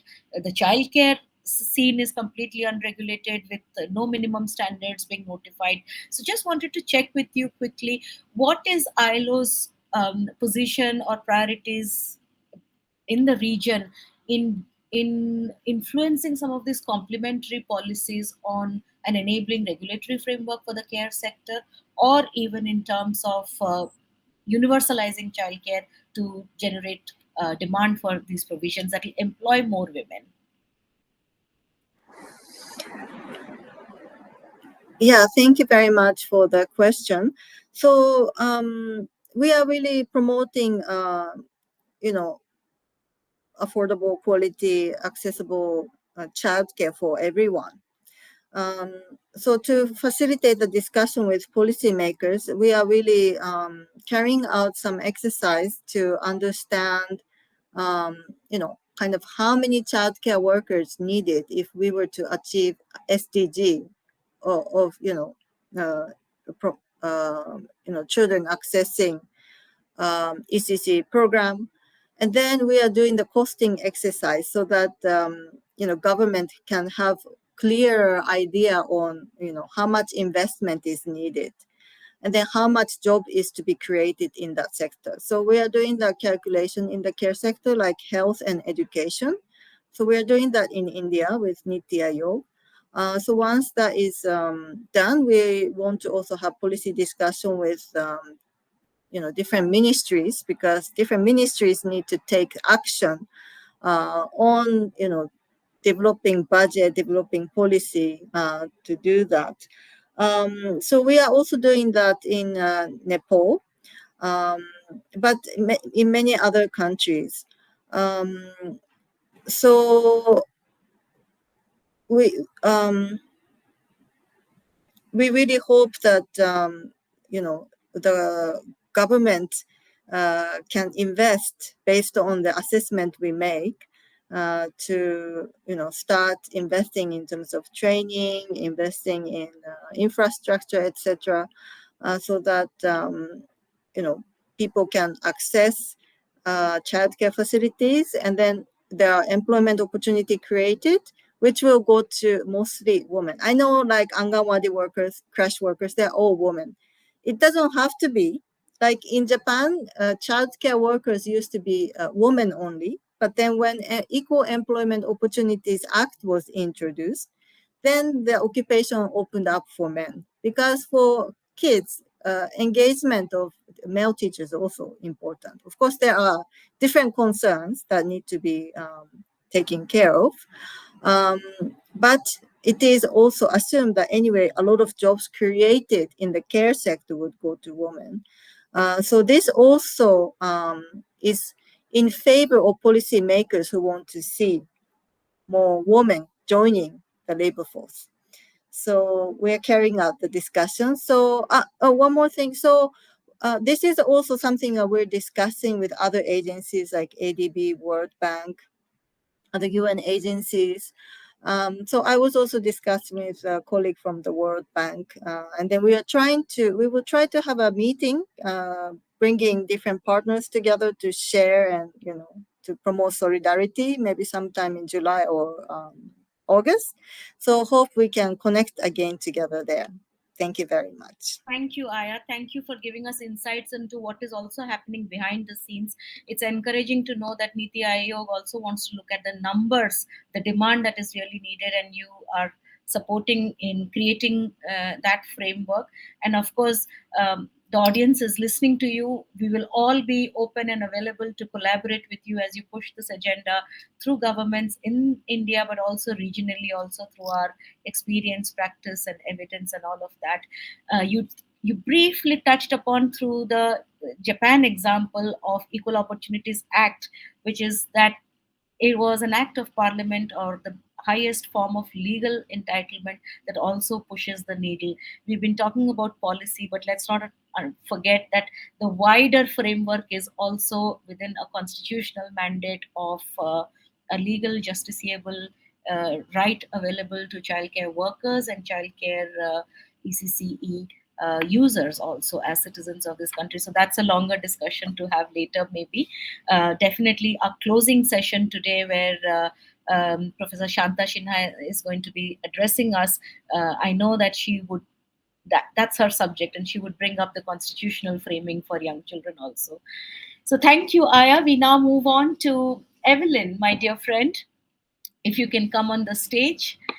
We've heard from Andrew about individual civil society organizations and their partnerships with each other or with state and district governments to look at innovations and scale, and how that has the potential to shift the needle for policy change.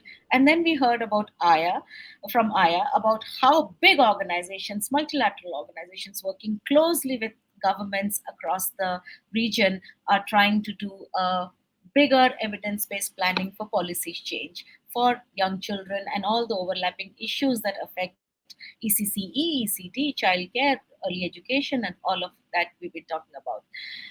We come to you now, Evelyn, as the leader of a collaboration, very much like the AECD, but at a different kind of a scale, where you pull together multiple partners, from researchers and scholars to activists and practitioners, across overlapping issues that affect young children's growth and development. Um, what role at this point of time in the post COVID world can an association like RNEC, and taking lessons from you, an association like AECT and multiple others in this country and otherwise, play in moving towards a wider policy shift in prioritizing young children and all the challenges that are affecting young children today? Thank you for joining us, Evelyn, and over to you. Thank you. Thank you, Sumitra. Can you hear me well? Yeah. Let me just try to share my screen.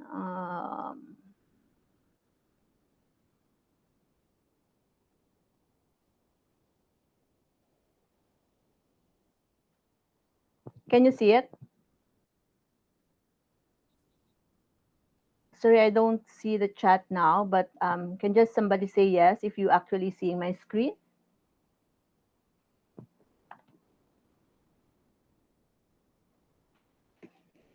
Yes, ma'am, it's on screen All and right. All right. visible. Okay. Yeah. Okay. So good afternoon. Good evening, everyone. And thank you, Sumitra. Thank you to AECD and Mobile Crushes for really organizing this international conference on ECCE. And thank you for making, RNEC, a part of it. I'll be sharing with you, as Sumitra has mentioned, our insights, and experiences in terms of the role of networks in pursuing an inclusive and holistic early childhood development in the region. My objective really is for us to have a better appreciation of what networks or movements can actually do in having a collective voice, advocating for the need for ECD to be visible in both policy and program arena, especially at a time when our young children are really faced with a lot of different crises. So very briefly, let me just quickly share a few things about RNEC. The Asia Pacific Regional Network for Early Childhood, or RNEC, is a network established to build strong partnerships across sectors and different disciplines, organizations, agencies, and institutions in the region to advance the agenda on investment in early childhood. We were formed in 2008 by the regional offices of UNICEF, UNESCO, and Plan International, but since then we have grown into an independent network, drawing its membership from both institutional and individual members. And I'm very proud to say that Mobile Crashes is actually one of our institutional members, and from our individual members, we have a lot, coming from India. Our priority efforts are focused on sharing knowledge and advocating for holistic and inclusive early childhood development. ARNAC has four strategic goals. Very briefly, these are the goals which signify the purpose of ARNAC as a network. All these are interconnected and are essential for the impact that ARNAC wishes to have in every country in the network. Supporting these four strategic outcomes are five thematic areas which you can see at the bottom of this slide. These are the priorities that we essentially, will be focusing on in terms of all our advocacy, learning, and capacity building efforts. So I cannot agree more on the focus of this conference, which is reimagining and reshaping the ECCE sector post-COVID pandemic. Indeed, as we have been discussing, in this session, COVID 19 had exposed the vulnerability of the sector. But it's not really just about COVID. There are multiple crises affecting young children, and not just in the region, but globally. COVID has had strong impact on young children and their families, not just in terms of loss in terms of learning, but also in terms of their social and emotional health, which I think is more important. Compounding, the impact of COVID are multiple crises, including climate change, environmental threats, conflicts leading to migration, and a lot of disasters. All of this have long-term effect on young children's overall well-being and development. So let's just take, COVID and its impact on ECD. UNESCO estimates that about 1.5 billion learners are affected by the COVID-19 pandemic arising from unprecedented closures of schools, At the height of the pandemic, at least 7 million children across the region were not able to continue their pre-primary education, and 70% of ECCE centers were actually closed. Only 60% of pre-primary schools have introduced remote learning, leaving children entirely dependent on caregivers for nurturing care and addressing their development needs. UNICEF also estimates that even before the pandemic, children and young people carried already the burden of mental health, the risk of mental health, because there's 1 in 4 children living with a parent with mental disorder even before COVID. Parents and caregivers are have been exposed to undue stress, which have affected their own well-being and capability to actually care for their young children. And UNICEF data also shows that inadequate food, or more fundamentally, the lack of access to diverse and nutritious food means more young children are vulnerable to undernutrition. And the estimate is that by the end of 2022, as high as 13.6 million children will experience wasting, and 1.5 of children, globally, who are wasting are actually found in South Asia. And I think we've also been discussing that the COVID has really worsened inequality, marginalization, and discrimination of the most vulnerable groups of young children, those living in poverty, and those with disabilities. So they are worst off by this crisis. The climate crisis, as mentioned by our first speaker, is also another one that is clearly becoming now a child rights crisis. The impact of climate change is known, and but rarely do we actually see analysis of how this affects the youngest population. UNICEF, in its recent report, states that the climate crisis is a child rights crisis at its core. This is also supported by a recent report by Save the Children, wherein it says that children born in 2020 will experience more heat waves, floods, typhoons, droughts, crop failures, and wildfires compared to their elders. All of these are due to climate change. Closer to home, you would see in this slide that Asia Pacific region is more vulnerable, and our young children in this region are more vulnerable to the impact of climate and environmental crisis. Just for example, climate change leads to rising sea levels, and this affects young children living, by the coastline, especially in the Pacific islands. So, with all of this multiple crises happening and impacting our young children, there is really a need to collaborate and build partnerships across sectors, across different agencies and stakeholders. And in here, we see the critical role that movements or networks play to ensure that the rights of young children are actually protected. Networks and movements can do a lot in moving the ECD agenda at the national, regional, and global levels. Networks, and I would say, have distinct advantages in terms of advocacy, building connections, expanding reach, and capacity. So just to name a few, there are advantages inherent in networks and movements. Overall, I would say that the ability of networks to organize for increased impact is what we call a network advantage. And this includes the ability to convene diverse stakeholders and partners, ability to quickly communicate and disseminate information to members, particularly in the countries and at the communities, the ability to influence policy and practice, and ability to develop and scale innovative solutions, as we've been also discussing, earlier in this session. So, how do we do this in ARNEC as a regional network for ECD? I think this was the question posed by Sumitra earlier. Applying this network advantages in the case of ARNEC as a network for or movement for ECD, we capitalize on our strengths in terms of convening, connecting, and collaborating. We convene policymakers, practitioners, and other stakeholders for cross-country learning and advocacy for greater focus on holistic and inclusive ECD. And we do this through different ways. Having annual regional conferences, for example, is one way of convening different stakeholders. We partner with universities and research institutions to generate and disseminate, ECD knowledge in areas where there is a dearth of information and evidence, such as, for example, looking at the link of ECD and climate change.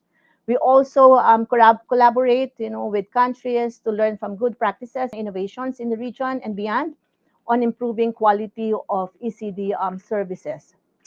So I cannot overemphasize the importance of joining forces in order to achieve ECD outcomes in a holistic manner, such as those articulated in the nurturing care framework. It is important, that we engage and collaborate at all levels. In our case, we work with ECDAN and the other regional networks, at the global level.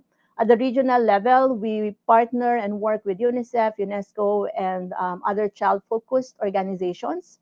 We strengthen national ECD networks. We collaborate with ministries in charge of ECD, with our institutional members, which are basically local NGOs and civil society organizations. But important as well is the role of the private sector. And what we do is try to really mobilize private sector and foundations to support early childhood development. And we work with academic and research institutions, again, to build evidence that would feed into policy and programming. Not easy, but somehow working with all of these stakeholders give us a stronger and collective voice in advocating for early childhood development.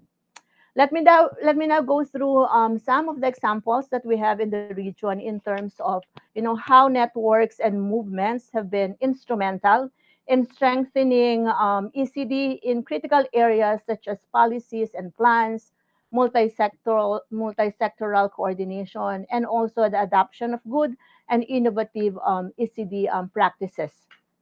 Ability of networks to foster cross-country learning and collaboration can lead to system changes, like the development of comprehensive ECD policies and plans. Such was the case in Cambodia and the Philippines, just to name two countries where we saw this, happening. In Arnex's annual conferences on early childhood development, we invite ministries in charge of ECD. In the case of Cambodia, it is the Ministry of Education, Youth, and Sport. In these conferences, countries are able to learn from each other's policies and practices. And so back in 2008, 2009, Cambodia, having gained that relationship and exposure with the practices in the countries. They visited, facilitated by ARNEC, they visited the Philippines and came back with their own evaluation of policy and practices in the Philippines, in terms of early childhood development. These learnings they have used in drafting their comprehensive ECD policy and the ECD plan, the very first cross-sector policy on ECD in Cambodia involving health and other ministries. This policy now became the basis of how integrated ECD is supported in Cambodia. Another example is Bhutan. ARNEC facilitated also the learning journey of Bhutan officials, government officials, and technical staff in the Philippines in 2019 and 2020, wherein we supported them in their engagement and partnership with the ECCD Council of the Philippines and provided them with a structured, learning sessions on ECD governance, policy development, multi-year and multi-sectoral investment, and programming. Learning, from this partnership influenced the development of Bhutan's Ministry of Education's 10-year multi-sectoral ECD strategic plan. It's led by Ministry of Education, but it involves a lot of all other ministries as well. These two examples demonstrate how connections and collaborations happen in a network, which lead to system level changes, such as, again, development of enabling policies and plans. Multi-sectoral coordination mechanism is also one thing that I think needs to be in place in terms of supporting holistic early childhood development. Networks, national ECD networks or associations are powerful vehicle for ensuring a multi-sectoral and coordinated approach to ECD. And in the region, we have different models, of this national ECD networks. Some are government initiated, such as the one in the Philippines. Some are civil society-led ECD networks, the one in Nepal and Bangladesh. And in other countries like Cambodia and in Indonesia, they have both, government and civil society initiated ECD networks. Networks can also curate good and innovative ECD practices, which countries can adapt and contextualize to suit their own context. For example, RNEC is working with the University of Wollongong in Australia, and together with the countries, we are documenting how ECD programs were adjusted in the countries to respond to the challenges of the pandemic. We have documented 10 cases in 6 countries, which demonstrate the different strategies and approaches on how these programs are able to respond to the challenges, and to the needs of young children and their families amidst, the challenges of the pandemic. So these are the 10 cases, and you see there in India we actually have 3 cases being documented. So, in summary, the power of networks, and movements lies in its ability to create greater impact, by creating spaces for collaboration. And in the case of RNEC, these are spaces for cross-sectoral and cross-country collaboration. We should really aim to build ECD movements from local, to national, regional, and up to the global level. There needs to be a bit of vertical and horizontal collaboration as well. Yeah. If you want to read more about how networks, catalyze impact specifically in support of early childhood development, I invite you to read a report written by Network Impact, which in a way is actually a case study of the 4 regional networks, including that of RNEC. Before I close, allow me to invite all of you to our upcoming regional conference, happening virtually from July 5 to 8, with the theme Young Children in Crisis, Addressing the Impact of COVID-19, Climate Change, and Environmental Degradation. As I've said, there's a lot of crisis affecting young children, beyond COVID. So the registration is open, and let's continue the discussion on these issues, as they affect young children and early childhood development in general. For more information, visit us in our website and follow us on Facebook. Again, thank you very much for the opportunity to be part of this conference. Thank you. Over to you, Sumitra. Thank you, Evelyn. I know that you had to rush through, and I did warn you before Sorry. you started. But thank you for giving a very comprehensive view about the power of networks to move policy change. It was very important for us to get this voice in today's conference also. And really fortunate to learn about the Cambodia and the Bhutan examples of how networks have really been able to make the change. I think it's important also to remember that whether it is evidence building, it's about capturing and documenting practices, to getting different voices together. It's a combination of strategies that really work together to strengthen the network and the network's voice. I don't have a question for you, but I have a corollary observation to take away, that as we're talking about this this collaboration at the global, regional, and national level. I want to go back to what Aya said about the power of unions and organizing and the power of those voices at the more local level. And for all of us who are attending this conference to remember that organizing and networking and bringing together a community of practice, a community of strength, and amplifying the agenda really begins from the bottom, from the ground, and therefore whatever we do, there is a responsibility to take it right up to the front lines, to the marginalized communities that we work with.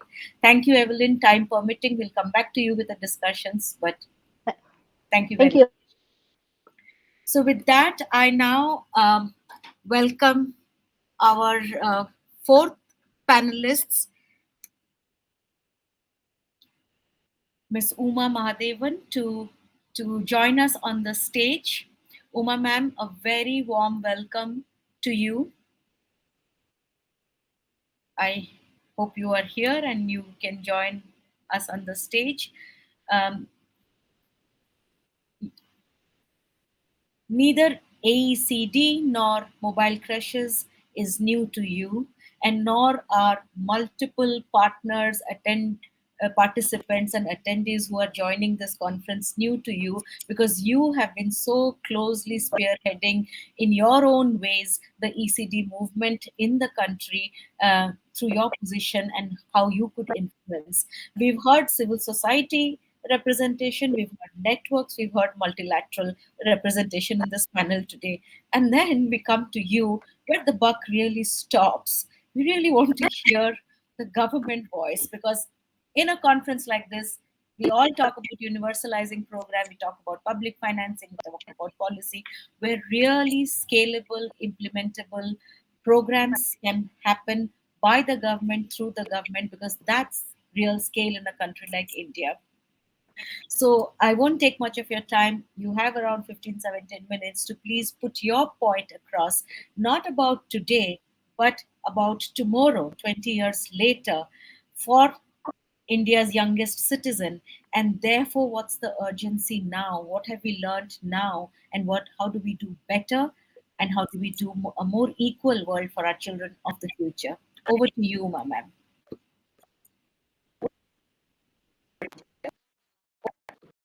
Thank you. To, Your voice is cracking.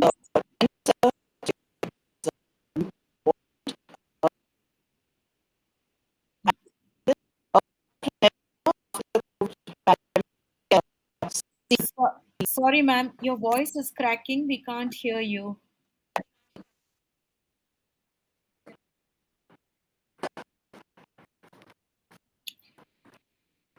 If you are using headphones, can you try removing the headphones, please?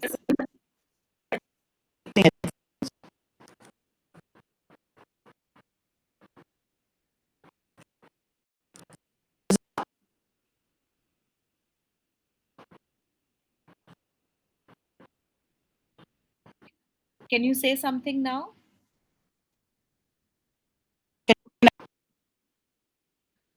No, it's not coming out clearly. Can the tech team help? Is there a problem at our end? is it the video off? Because I'm on a very just give us a minute, ma'am. I think the tech team is trying to help. Maybe turning off the video might give you better bandwidth, but I'll leave it to the tech hosts to come on mic and give you clear instructions then.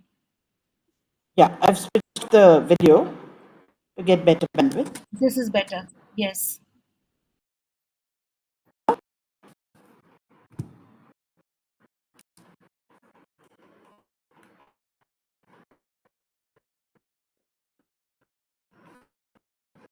So shall I start? Yes, please. Let's, ma'am, try without the video.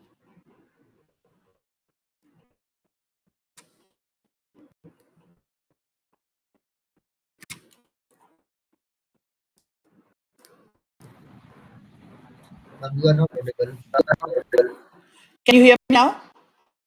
Yes, ma'am. Yes, ma'am. Can you hear me now? Yes, ma'am, it is very clear. Okay. All right. Thank you. So, thank you for having me at this very, very important conference. And I can't think of a more appropriate time for having the discussion.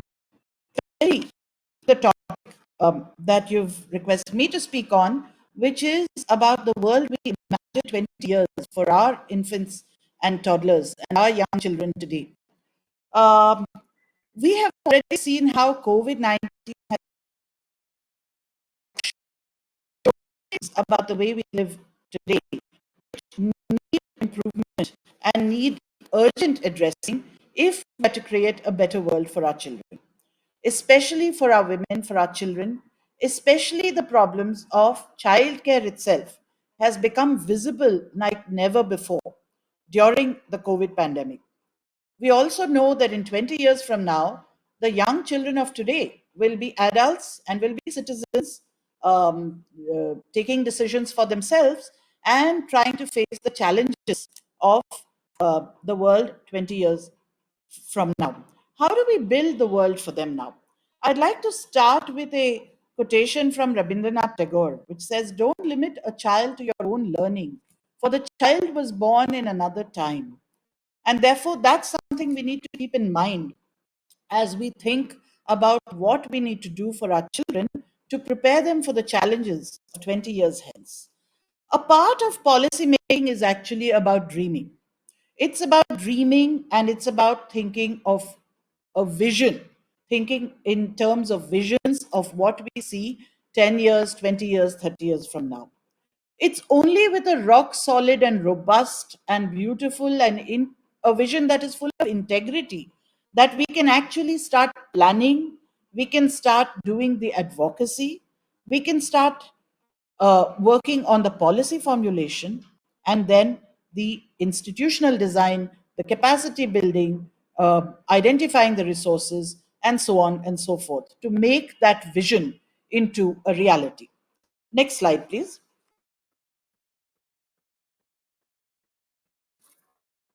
Next slide.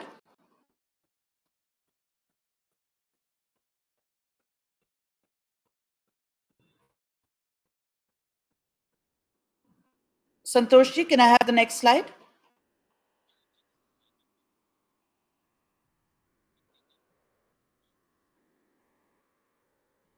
Am I audible?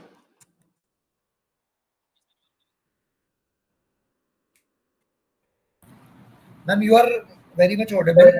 Please Yeah. continue with your slide. Santosh sir will just click on the Okay. next slide. You just continue Yeah. with your session, So the please. slide hasn't changed. So I wasn't sure. So I'd like to also remind ourselves of what we mean by education. As William Butler Yeats told us long ago, at the turn of the 20th century, education is not the filling of a pail, but the lighting of a fire. We also know from Maria Montessori that the work of education is divided between not only with the teacher, but it's also divided between the teacher and the environment. And therefore, we really need to know what are the challenges that we need to prepare the children of today for 20 years hence. If we look at 20 years behind us, if we look at 2000 and the turn of the century, that will tell us what are some of the things that we were facing in 2000 years ago, which we have been able to move forward and address today. For example, school enrollment. Secondary school enrollment of girls was only at 37% in India in the year 2000. Now, in 2020, it has more than doubled to 75%.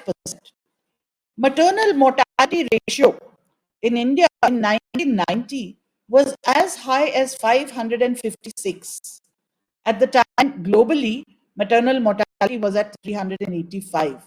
Maternal mortality, of course, being the number of deaths in pregnancy, in childbirth, per 100,000 live births. Today, maternal mortality in India the ratio has come down to less than a third. If we look at child stunting, India in 1991 was at 62% of young children being stunted. This has come down to something much slower than other indicators, I must admit, to something like 35%. If we look at literature and research on early adversity and the brain, we know the impact that child stunting has on cognitive development. We know Reena Ray spoke about James Heckman. We know from the research, the slides move too fast. We know from the research that, yes, next slide, please. We can see the difference between the brain of a stunted child and a well-nourished child. Neuron development in the brain of a well-nourished child is far ahead of neuron development in the brain of a stunted child as early as 3 months into the life of a child after birth. Next slide, please. We also know that early childhood development is one of the best investments that a society can make. Early childhood development is a smart investment, it yields returns, and the earlier the investment, the greater the return. We know further from James Heckman's research that the ability gaps between advantaged and disadvantaged children open up very early in the life of a child. We know that the longer we wait to intervene in the life cycle of a child, the more expensive it is to restore the child to its full potential. We know that cognitive abilities are important for socioeconomic success, but so are socio-emotional skills, physical and mental development, and the skills of perseverance, attention, motivation, self-confidence, creativity, and innovation, and most of all, risk taking. And we know that early life is highly sensitive for brain development in terms of sensory pathways, for vision and hearing, for language, and for higher cognitive functions. And therefore, what is it that we need to do for better outcomes 20 years hence? For better outcomes 20 years hence, 20 years from now, we know that infant mortality has been reducing. We know that maternal mortality has been reducing. Child mortality has been reducing. But maybe we need to look at the pace at which these indicators have been reducing. We need to ask for disaggregated data and look at the ways in which equity issues are hidden in the numbers and whether we need to do more by way of addressing infant mortality, child mortality, and maternal mortality among the weakest and most marginalized sections, among the remote tribal areas, among excluded communities, among girls, among children with disabilities, and so on, among nomadic and semi nomadic children. We need to look at whether we can take birth registration as quickly as possible to 100%. No child can access their rights without birth registration. We need to look at women's rights, at maternal rights, antenatal care, maternal nutrition, and maternity benefits, and see how soon we can expand to cover every single woman who needs them without exclusion. All of which naturally takes us forward to the goal and the vision of universal childcare. Universal childcare will have multiple benefits, and that should be our one universal goal for the next 20 years. Early childhood stimulation, holistic child development, maternal nutrition, maternity benefits, women's participation, ability to participate in the workforce, all of these depend on universal childcare. What should we look at for the learners of tomorrow? What should be the kind of learning that we create for the learners of tomorrow? The slides are not moving, but I'm going ahead in the hope that the slides will Yeah, ma'am. catch up Please at keep some going. point. Please keep going. What we want the learners of tomorrow. The learners of tomorrow are facing challenges that perhaps we have not yet defined. Certainly, climate change, certainly the need to collaborate, the need to operate, but also the need to be risk takers and to be innovators. The learners of tomorrow do not require to be compliant. They need risk takers, innovators, they need to be creative, they need to be able to explore fearlessly, they need confidence. They need to be well adjusted emotionally. They need to acquire the valuable skills, 21st century skills of collaboration and cooperation. But most of all, along with these, they need to be able to learn at their own pace. They need to be independent learners because we will not be with them, in step with them, and they need to be able to learn how to learn so that they can continue learning as they face the challenges of tomorrow.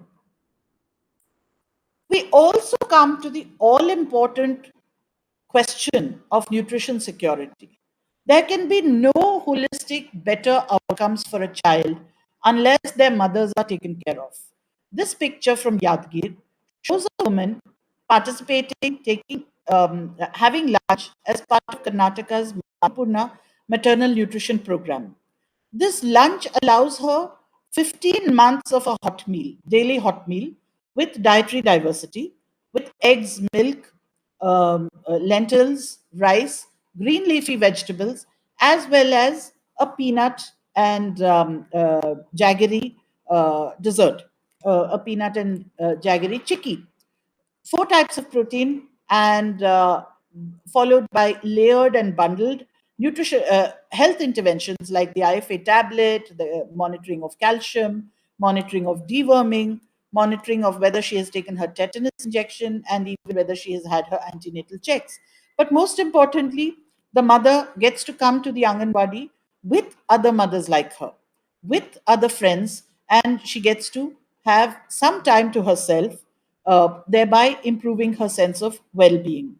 In addition, the child sitting next to her, there's a child in her lap who is under six months of age, as she's a breastfeeding mother. But there's also a child who's a toddler who's able to come to the Anganwadi with her mother because of this program.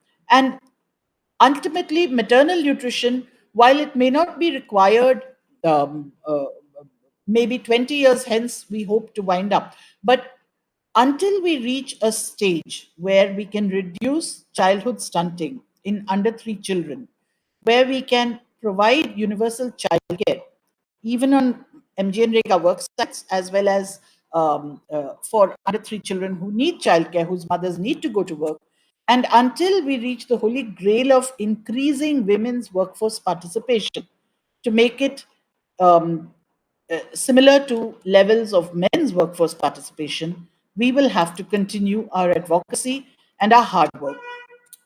In addition to all of these, what is it that we want our children to feel? Because socio emotional learning is as important in today's day and age as cognitive abilities and as verbal reasoning and logic and so on.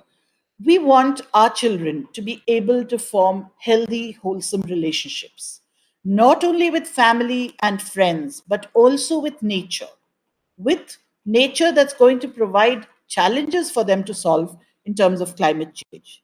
Also, with themselves, to be happy with who they are, to be confident in who they are, and to explore the world beyond the Anganwadi or beyond the early learning setting with confidence and with the curiosity that will drive them to find solutions for their problems.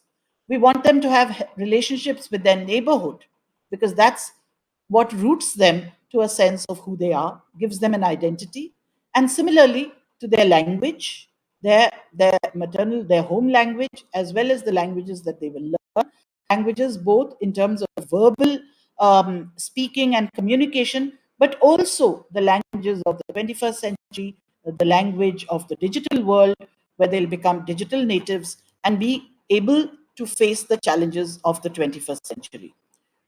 As I draw to the end of my presentation, I'd like to return to the words of Khalil Gibran as we plan for the future, which is for the children and not for ourselves. Your children are not your children. They are sons and daughters of life's longing for itself. They come through you, but not from you. And though they're with you, yet they belong not to you.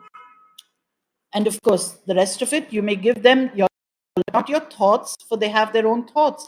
And I think that's very important because we need to recognize that the children whom we are privileged to host in our early learning settings for a brief while before they emerge into the real world outside are independent young people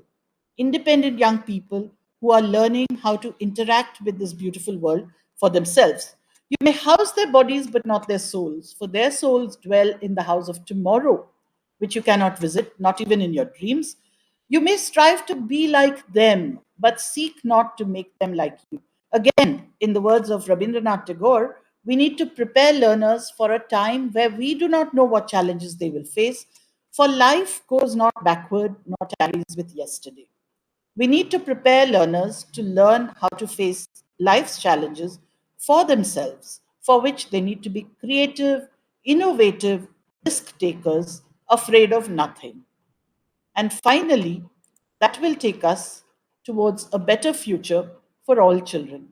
All these pictures, I would like to just add, are from Karnataka's Anganwadis and from Karnataka's efforts to make lives better and build better outcomes for our young children and for our women. Thank you so much. I'll end here.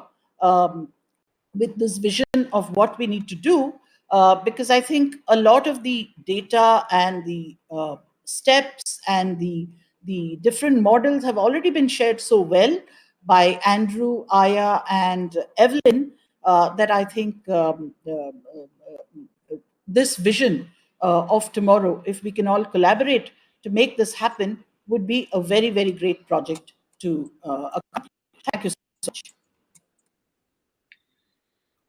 Thank you, ma'am. Beautiful, beautiful. Um, Policy making starts with a vision, and the vision comes with integrity. And that is what is fundamental to any policy shift, any future thinking that we want to think about. And that was a very good base, a fundamental value that you started with and you shared with us, and one of the most important values. And it is with this truthful value is what we can aim to transform the world for the children of the future. Uh, you brought about the very crucial fundamental issues of overlapping rights of mothers, of women, whether it is about their nutrition, it is about their well being, it's about their incomes, it's about a world free of violence for women, and therefore its impact on young children. And ECD, we all know, is complex. It's complex because of all these overlapping issues that affect the young children there. And a clear call to action, universal child care, starting from the very, very early years, from before a child is born, to take care of maternal health, the young adolescent girls, right up to the young age while we are preparing children to go into the future world and face the world, and and for them to be unafraid to face the world. Sounds simple, sounds like, yes, that's true, but also far complex when we come down to the nitpicking in policy making, where we are looking at outcomes and objectives and numbers and evidence and financing. Sometimes we tend to overlook these softer issues, but these very value based issues. So, thanks for the reminder. And all the more thanks for someone coming from you, where you are in a position to make this happen, and we see that happening in your ecosystem within Karnataka. So thank you very much for that. I do have a quick follow-up question for you. You mentioned the call to action and the advocacy around universal childcare, and that it encompasses all these complex overlapping issues of young children and women, and this value-based background that you're talking about. Not simple. Give us one or two tips, tricks of the trade. How does civil society, which is majorly represented here today, push policy making in this direction? What would you advise us? How do we strengthen your position to bring this kind of foresight into policy making?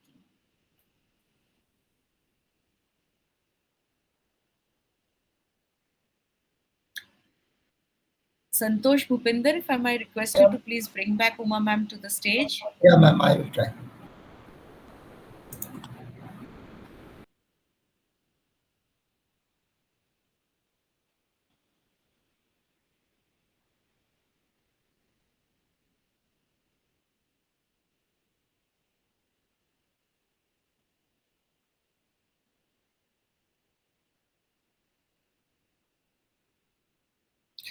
I see that she has dropped off, and maybe we will bring her back to the panel soon. But in the meantime, then can we move forward and get all our panelists, Andrew, Aya, and Evelyn, on the stage for a quick round of last comments, last words from them? And hopefully we will be joined soon by Uma ma'am herself. I know we have kind of reached the clock in terms of, or actually extended our clock by 15 minutes, but one quick last word from each one of you. We've got all these stakeholders today in discussing policy shift for ECC into the future. One key stakeholder that we haven't got in the panel, and I want your comments about that, is the political will. People in political power, people who will really make this into a people's agenda. If I can request each one of you to turn on your cameras and turn on your mics and tell us that what is your take on how do we make young children and the overlapping issues of young children that we have discussed throughout this afternoon a political priority amongst the political leaders of our countries? What will it take to make children an electoral agenda? Young children an electoral agenda. Aya, do you want to go first? Yeah, that's a difficult question, but policymaker is so far I think they really like the job generation aspect of investing in the care economy. Hope you can hear me. Yes, we can hear you. And when there is an interest and there is a policy decision and investment, that that with good planning and monitoring and discussion will also impact the quality of ECCE, etc., but also workers' rights. So I think we need to also show the kind of benefits, not only from future of children, but also as a economic benefits, because employers and policymakers, they are also interested in it. And I really hope that the discussion goes together in terms of holistic development of children, well-being of children, but also workers' rights. So whenever you also do budget planning, you budget for adequate wages for childcare workers, while you also look at nutrition factors, etc. But yeah, I think we need to continue to work together and push together on this. Thank you very much. Thank you, Aya. Economy, jobs for women is definitely a lower hanging fruit compared to others in terms of making it into a political agenda. So thank you very much for that. Andrew, over to you. How can we make this a political agenda? I think that's a really interesting question to end with, and I don't begin to expect to sit here at the distance I am and answer that question for the context of India. What I am is constantly inspired by things going on in different countries around the world, and maybe the most interesting example that's just happened is in Australia, where childcare has been pushed into the most recent national election as a political issue, and where we've seen the different parties begin to adopt policies and approaches that have become major electoral issues and major decisions about how people are voted. And indeed, as interestingly, the winning party was probably the one that was boldest in terms of its policy statements about childcare. But I think to do that, you've got to be prepared to politicize the issue.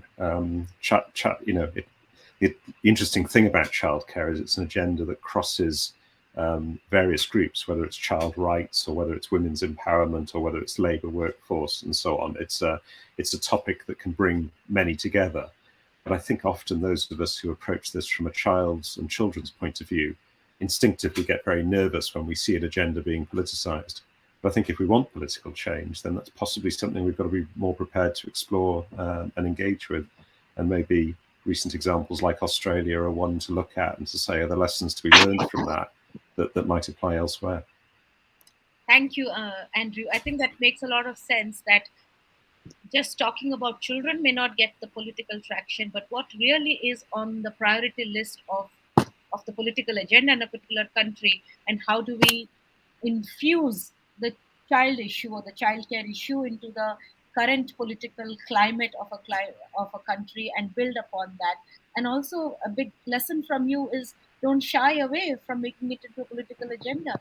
Let's go out and hit the streets and mobilize voices who will get more voices to speak about this issue, that will reach political leaders who are in the decision making power. So thank you for sharing the example from Australia also. Evelyn, you work closely with all kinds of people in across different countries. What will it take for children to become a political agenda in our region? I think part of the issue as well is that, of course, the nature of early childhood care and education is quite multi-sectoral. Like it sits in different, agencies. So at the end of the day, it doesn't sit anywhere.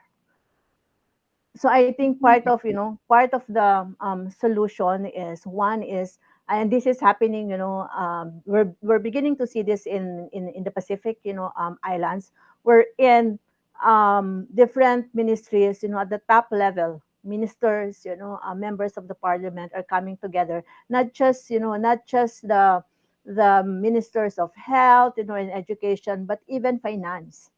Because I feel like most of the time we're trying to convert the already, our the already the converts, and the supporters, but seldom do we actually look at finance people, finance stakeholders. So I think that we have to go out of our comfort zone and really bring in the other sectors as well. So yeah, plus I think the voices of children themselves, I think we need to have to find that platform that it actually comes from them, so that our political leaders hear it directly from from children themselves. Yeah. I think two very important lessons from you, Evelyn. Do not be afraid to step out to the unusual suspects. Let's talk more to the unusual suspects, not the usual women, child, health ministries, but finance, urban planning, rural development, labor, all of those who normally would not be looking at their their agenda through the child lens. So that's a big challenge for us to take on to the future if you really want to make this different. And also, a very important point, it's the voices of people who matter on the ground. It's the children's voices, it's their parents' voices, it's their community members' voices, it's their small time employers' voices. And it is those voices that must reach the political leaders, because they will hear their constituency far more intently than they will hear activists and academic representations, right? So very interesting. Thank you, three of you. I am so sorry if Uma ma'am has not been able to join. Oh, she's here. No, Santosh is not here.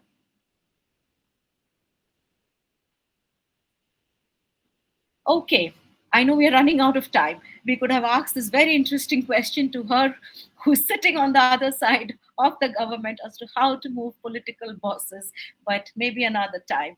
Thank you all very, very much on behalf of all the attendees and participants here in this conference. On behalf of AECD and Mobile Crashes, we remain grateful to you for all your insights. Have a wonderful day and a weekend ahead, and be sure that we will be back in touch in coming back to you for help, support, collaboration, and to take the agenda further. Thank you all very, very much. Bye bye. Thank you very much. Thanks. Thank you. Is anyone coming back to make the announcement for the next session, or you want me to make the announcement? Anyway, we are going into workshop sessions, so participants, please hang in there. And yes, Swati, you can complete the announcement for next session. Okay, no problem. We have four interesting sessions, paper presentations, more than 12 presentations across 4 rooms. request you to leave this room, Plenary 4, and go and join the parallel sessions. Do not leave our platform. And I would also request the speakers of today, Plenary 4, to continue to be with us and join different sessions. There are 4 parallel sessions in 4 rooms. The first room is the discussion is being led by Dr. Sujata Sriram, the Global Voices. So please, one of them rooms, please join. I am sure you'll find something of interest in one of the rooms. Thank you very much for joining us. And I would like to take this opportunity to thank Sumitra ma'am for a wonderful session, and also to all the dignitaries, Mr. Andrew, Evelyn, Aya, and I think Uma ma'am is not there, but a pleasure to have all of you here. And with your permission, I'm now ending the session. Audience is please requested to join the sessions. And the panelists can stay in the studio for some time with us for summing up.